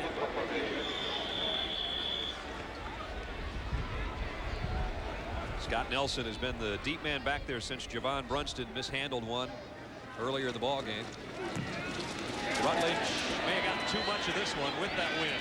Almost caught, though. They've done that successfully this year. Smedley, he's caught a couple of those this year. He almost shagged that one down. 43-yard kick and a touchback. Live NASCAR action from Martinsville, Virginia. Coming up tomorrow, it's a Goodies 500. Battle for the Winston Cup Championships heating up. After consecutive wins, Rusty Wallace is closing the gap on points leader Dale Earnhardt. They'll duel it out tomorrow. They might need some goodies for the headaches when it's over. And that's at 12:40 Eastern, right after NFL Game Day on ESPN. 20-15 Wisconsin. With Gary Danielson and Charlene Hawks, I'm Brad Nessler. Nice to have you with us in Bloomington, Indiana. Big Ten opener for the Hoosiers and the Badgers with 1:16 left third quarter. Terrell Fletcher got about 4 to the 24. Al Thurman again in on the tackle. Thurman with an interception earlier. He's been in on a lot of tackles as well. The junior out of DeKalb, Illinois, 6'1", 230. You know, in the first half, it looked to me like Al Thurman was sitting back trying to read it and taking Corey Reimer's block. Watch this one. He's going to hit it middle of your screen. He hits it on the run this time. He delivers the blow, and that way he stuffs the play closer to the line of scrimmage. Good changeup. Brings up second down and 6 on a blitz. Fletcher got around the blitzing man and got a first down for Wisconsin. He ran right in that area that was vacated by the blitz and picked up a first down. So now it's Fletcher that's starting to do the work, as Brent Moss has been sort of stymied here in the third quarter. Fletcher's got 98 yards and a touchdown. Well, I tell you, he's a beneficiary of a good block by Montgomery again. This is tough to time up this blitz like this. You don't have any momentum going your way. He gets a stalemate that time, and that's all you can ask for from a running back when you can't get going forward. A half-minute left third quarter and a first down to Wisconsin. Something that had been hard to come by for them in the third. Draw play to Fletcher. This time, he's going to have to break a lot of tackles. He broke about 4 and got back to the line of scrimmage. We'll give him that much. That may be the last play of the third quarter. Jay Davis and Alfonso Thurman again in on the tackle. That was like a guy I'm watching a lot up in Detroit, a Barry Sanders type run. Great highlight run, and you get back to the line of scrimmage. He pinballed his way to the line of scrimmage, which is where Wisconsin will have it to start the fourth quarter. We played 3. Badgers cling to a 5-point lead.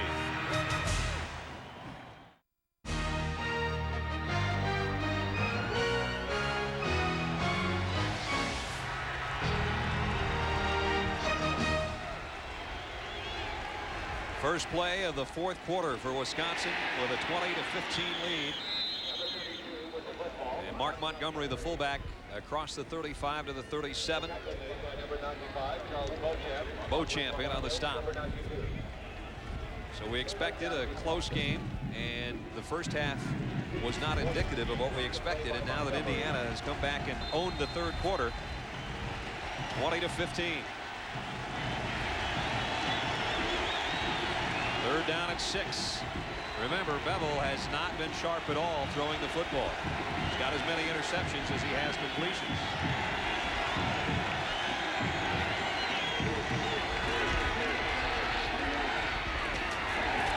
He completed that one, but Montgomery is short of the first down. Beauchamp and Orton waiting on the fullback for the Badgers, and they will have to kick it away. Brad, you can see what happens when you lose confidence as a quarterback. It was man-to-man coverage. That ball should go outside to your wide receivers. He just goes to the fullback all the way, and it wasn't enough even on a completion for a first down. Enters Sam Veit. He will have the wind at his back. Thomas Lewis at his front.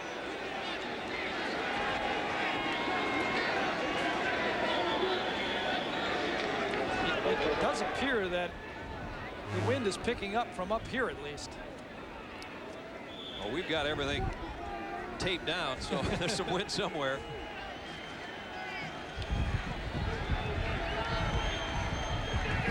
Indiana giving Wisconsin a little different look on the front. Wisconsin trying to make the adjustments. They don't want a punt block here. Vite, nice kick.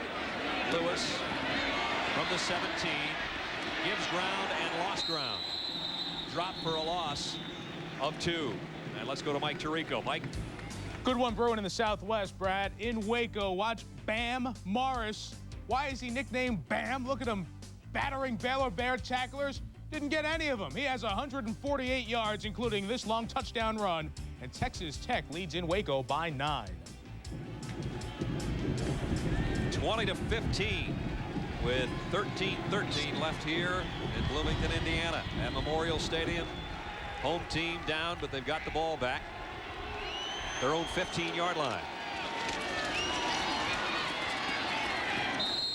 Glover got a couple. Let's go down to Charlene Hawks.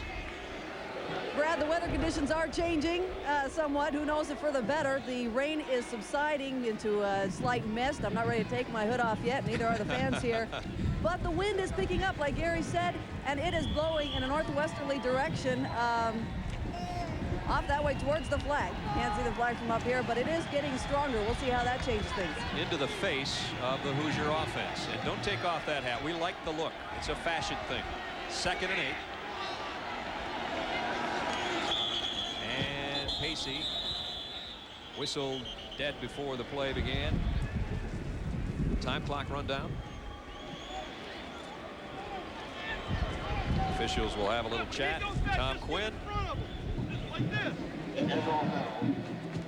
Illegal procedure, a false start on Indiana. Take a look at what the quarterbacks have done today. Well, you can see that Bevel is struggling. And to win in the Big Ten, I think even if you can rush the ball effectively, you still have to have your quarterback play a part in the game. And Darrell is just not connecting. Pacey is coming on strong, but it's going into the 4th quarter now. He's had the benefit of the win for 2 quarters. He's got to do it into this win now. It's been Pacey's second half. 2nd down and 13.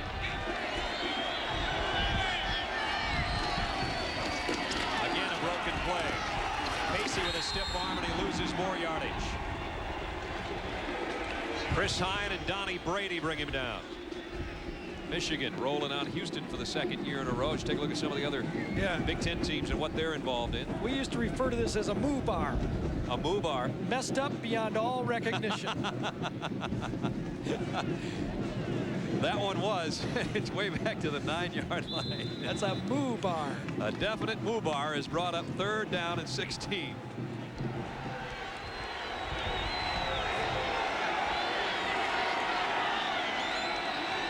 They're in need of a nap big. We need a big play. Didn't get it. They play it close to the vest and get it only to the 13-yard line. And now it's a punting situation into the wind. But they do have one of the best punters in college football to try to do it. I don't think Jim DiGiulio faced the kind of wind he's looking into against Kentucky last week when he had punts of 63, 58, and 63 back to back to back. And we look at his back here, which is at his own goal line into the wind. And not a good kick at all, off the side of his foot. And it's going to go out of bounds before it gets to midfield. Wisconsin has it on offense at the 47-yard line of Indiana when we come back.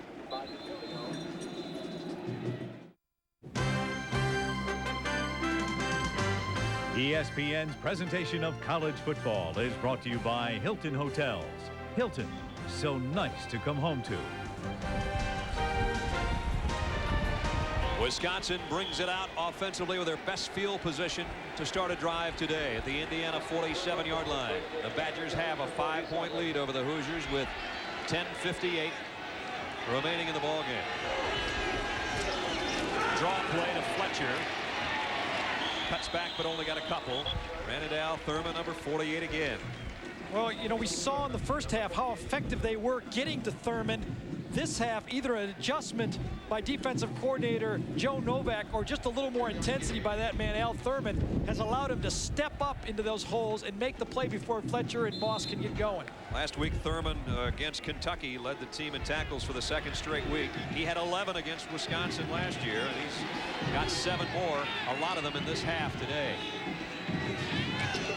2nd down and 8. Nice play fake by Bevel, and he's going deep for DeRamus. He's got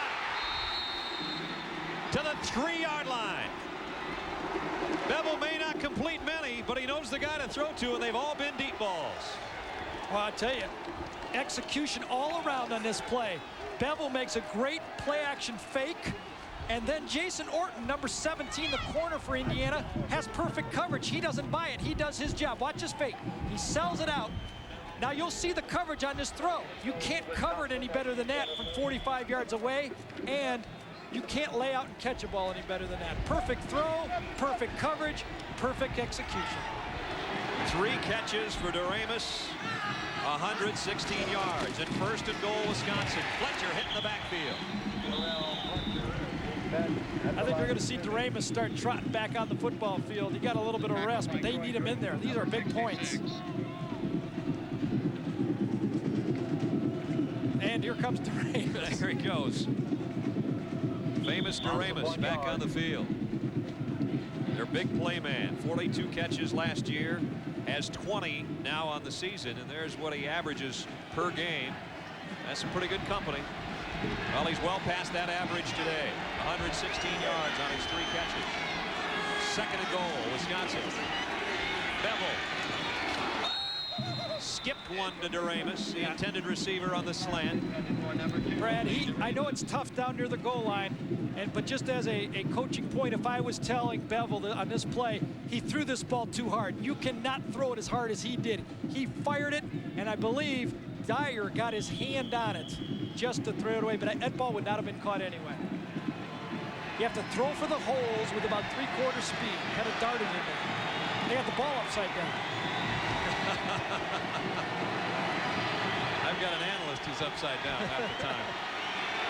Third and goal, Wisconsin at the Indiana 4. Bevel. Touchdown. Nyquist, the tight end.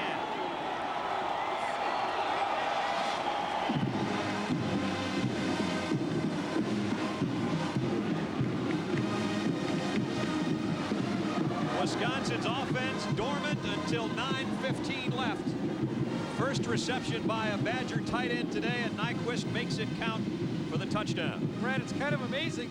As good as Wisconsin's offense has been all day running the ball, it's been the pass play by DeRamus that has set up their touchdowns, and Bevel gets outside of the pocket. Nyquist is open in the corner of the end zone. It's a perfect strike.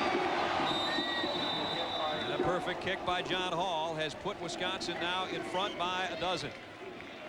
9 minutes and 15 seconds remaining in the ball game. 27-15 Wisconsin.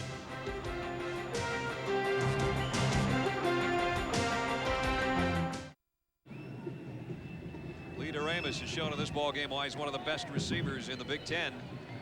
3 big catches from that guy today have helped Wisconsin to a 12-point cushion with 9:15 left. Yeah, Bevel is using the Cecil Fielder method. Just swing for the fences, you know, forget the average. Let's just go for the end zone. He's got 5 completions today, 25 yards per completion. Saving, going for the long ball. John Hall to kick. Thomas Lewis sees this one skip out the back of the end zone. Touchback, Indiana ball at the 20. Scoring drive. Remember, Wisconsin started with great field position, their best of the day, and they traveled 47 yards in 5 plays. 2 runs and 3 passes, and Nyquist, converted fullback. Second time this year he's been able to catch a touchdown pass. Had one in the opener, but there's the one that set it up. Yeah, and again, you got to point out it's a slippery, wet day. The ball's blowing in the wind. He judges it and makes a diving catch. Indiana from its own 20. Lewis motion. He's their big play receiver. Pacey's going to go over the middle to Lewis. Nice job though by Unverzat to make the tackle, the inside linebacker. Let's go to Mike Tirico. Michael. Brad will take you out to the WAC. 3rd down, and John Walsh looking to get a BYU score, and he will with Eric Drage. It'll go 69 yards. Cougars are knocking on the door again, leading Air Force by 17. Too bad they can never find a guy to play quarterback in that school. But Drage should do well. I think it's his 10th year there at BYU. Second down at 7. Indiana from the 23 with 8:35 to play. Going short in the flat. Cheney this time lost the ball, but lost it out of bounds. Going to be about a yard short of the first down. Brady and Unverzat again make the hit. I think you're only going to see a running game by IU the rest of this game as a changeup. The passing game, the drop back passing game will be the key. It's Donnie Brady down this time, junior cornerback. And he's had a pretty good game. Didn't start. Jeff Messenger started over there on that corner, but he has played considerably.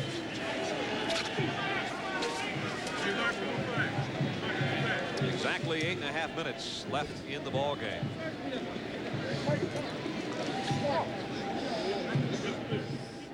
See if we can take a look at what happened to Donnie Brady. He's going to be the guy to try to help on the tackle. Yeah, I think it was his own man coming in from the inside. He was faked out a little bit, and his right arm got stuck out. Got pinned. Another one of the New York connection for the Badgers out of North Belmore, New York. Baseball and football scores mixed in on a busy Saturday afternoon. Donnie Brady, who's had 3 tackles this afternoon, but the last one, as Gary said, appeared to be his own teammate who plowed into him, and they're going to help him off. Hopefully he'll be back. Henry Searcy will take his spot in the Wisconsin defensive lineup. There's no denying that IU is going to have to throw the football in this game, but on this play, 3rd and inches, they need a big first down. It's going to take 2 downs. They're going to use them if they have to. Glover and Cheney behind Pacey on a 3rd and 1. And they're going to need them both. Great tackle by Unverzat. He's been all over the place this quarter. Right, but boy, they lost yards on that one, Brad. This would be a big one this time. They're going to have to punt the ball. And here comes DeJulio to kick. Unverzat that time just shoots the gap, sees the pulling lineman coming from the right side of your screen. When his guard pulls, you see Holt, number 10. He comes from behind and beats Green to the spot. Green does not eyeball him enough and get back and make the play. Unverzat, he looks like he's going to be a good one. 6'2", 225. Nice kick. Fair catch taken and almost dropped by Scott Nelson, but he got a hand back out there and snuck it back in close at the 31-yard line, where Wisconsin has it when we come back.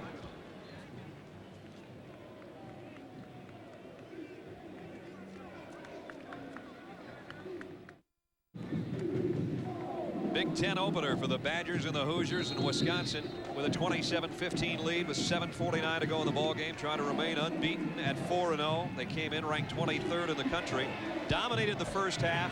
The 3rd quarter was all Indiana, and now Wisconsin has answered with a touchdown this quarter to again take command. They just like to grind it out now for the next 7 minutes and 40 seconds and head back to Madison as we head back to Mike Tirico. Brad, it's happened the last 2 years. Is it happening again in East Lansing? Central Michigan has rallied to tie the Spartans 27-27. 13 minutes left in the 4th quarter. Michigan State coming off the loss to Notre Dame, off next week, then Michigan. But right now, all they can handle with the chips. We'll keep an eye on it. Oh, man, and that was written up in the Detroit paper you showed me yesterday. My picks aren't doing so good. I picked Indiana and Michigan State, but my lock was Purdue over Notre Dame. Okay, all right. Well, you still got that as a hopeful. 2nd and 3. Short of the first down, I think, is Brent Moss. Moss has cooled down this half, but boy, was he hot in the first half. Career long run and 140 yards and a touchdown. Don't forget, coming up next, college football scoreboard. Chris Fowler, Lee Corso, and Craig James with all the scores, highlights, and analysis from around college football. Take a look at that battle on Tobacco Road, LSU and Tennessee, and a lot more. That's coming up following our game, which has 6:40 remaining. Indiana has been great at home the last 5 or 6 years, but they have found a formidable hole in the Wisconsin Badgers today. It's 3rd down and a yard. Boy, I don't think he got too much more than that, but he got a first down. Tony Drake made the stop. Brent Moss with a first down run. Boy, I tell you, it started to rain again, and that's going to take another 2 minutes off the clock with that first down, and it is going to be very tough for IU to get back in that football game. You know, Brad, you might have been right. even with the loss on that 4th down play, they probably needed to go for it. That was their really only chance, I think, of getting back into the game. Wisconsin's going to take all the time they can now. Yeah, it's going to cost them 2 minutes at 1st down, and I'm afraid that with barring a turnover, Indiana might not get the ball back with but maybe a couple minutes left on the clock. So the threatening skies and the rain we've had all day, and the only thing I'd be happy about if I lived here is if I had the red parka concession. Loose football. Yeah, IU's got the ball in a big turnover, but they were offside. Penalty markers all over the place. Thurman would have had his 2nd turnover, and you see him holding his helmet. Offside, Hoosiers. Yep. A fumbled snap, and it's really what they needed to get back in the game, but the discipline from the linebackers faking or attempting to blitz did not get back in time. Defense, offside, 5-yard penalty, 1st down. Repeat 1st down.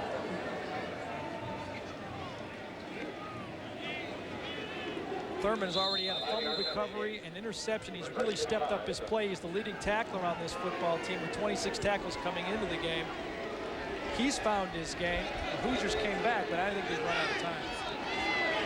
1st and 5 following the penalty, and now Wisconsin can play it safe again. And to Moss. Broke 1 tackle, and he got about 4 out of it. Beauchamp got out there along with Drake to make the hit again. Tackled by number 95, Charles Beauchamp. And it'll bring up another 3rd down and a yard. And the Badgers can use all the time they want in between plays. As you can see, Brett has slowed down. But in that 1st half, a rolling Illinois defense gathered no moss. I'll tell you, these snaps have been trouble all game. You can see Bevel split his hands a whole lot, much more than what is normal in that situation. And sometimes if it doesn't hit his top hands, it's coming right up into his stomach. Corey Raymer gets the ball right off, and 3rd down and a yard. It is a 1st down and quite a bit more for Brent Moss. Beauchamp and Dyer and Davis combined, but they move the sticks near the 40-yard line. And we're under 5 minutes. Again, watch his hands at the snap, how much they separate. The helmet is a bit in the way that time, but his hands come apart about a good 6, 8, 9 inches. It's normal to separate a small amount, but you need the pressure from the bottom hand. That's what you're coached. And you try to keep your 2 thumbs together. That'll ensure a proper snap. Still be 1st and 10. Personal foul at the end of the play. It'll still be 1st down, post-play penalty, but back it up instead of being down at the 41 of Indiana. They'll walk this one back into Wisconsin territory. See, Barry Alvarez will not be happy about that. Can you recall, Montgomery is the guy who got the penalty for pushing after the play. Can you recall last year against Ohio State when Holt got the penalty and almost got Ohio State back into the football game? I think Montgomery's he might have been thrown out of the football game. Jeff Worth has come in to take his spot as the fullback for Wisconsin. 1st and 10, but it's back at the 44-yard line. Now the Badgers. Sprint draw on the outside to Moss, and Moss goes for about 7 or 8 more. And we go to Mike Tirico. Mike. Okay, Brad, Alabama playing Louisiana Tech, and Louisiana Tech has lost 84-3 in their last 2 games against SEC opponents, and Sherman Williams and company adding on more. Alabama has just put up a defensive touchdown to take a 20-0 lead, pending the extra point. Mark Montgomery back in for Wisconsin as the Badgers lead by 12, and we're under 4 minutes.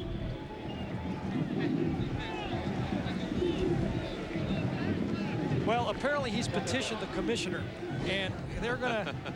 That's not gonna fly either, is it? I don't think. I don't think so. 2nd down and a yard.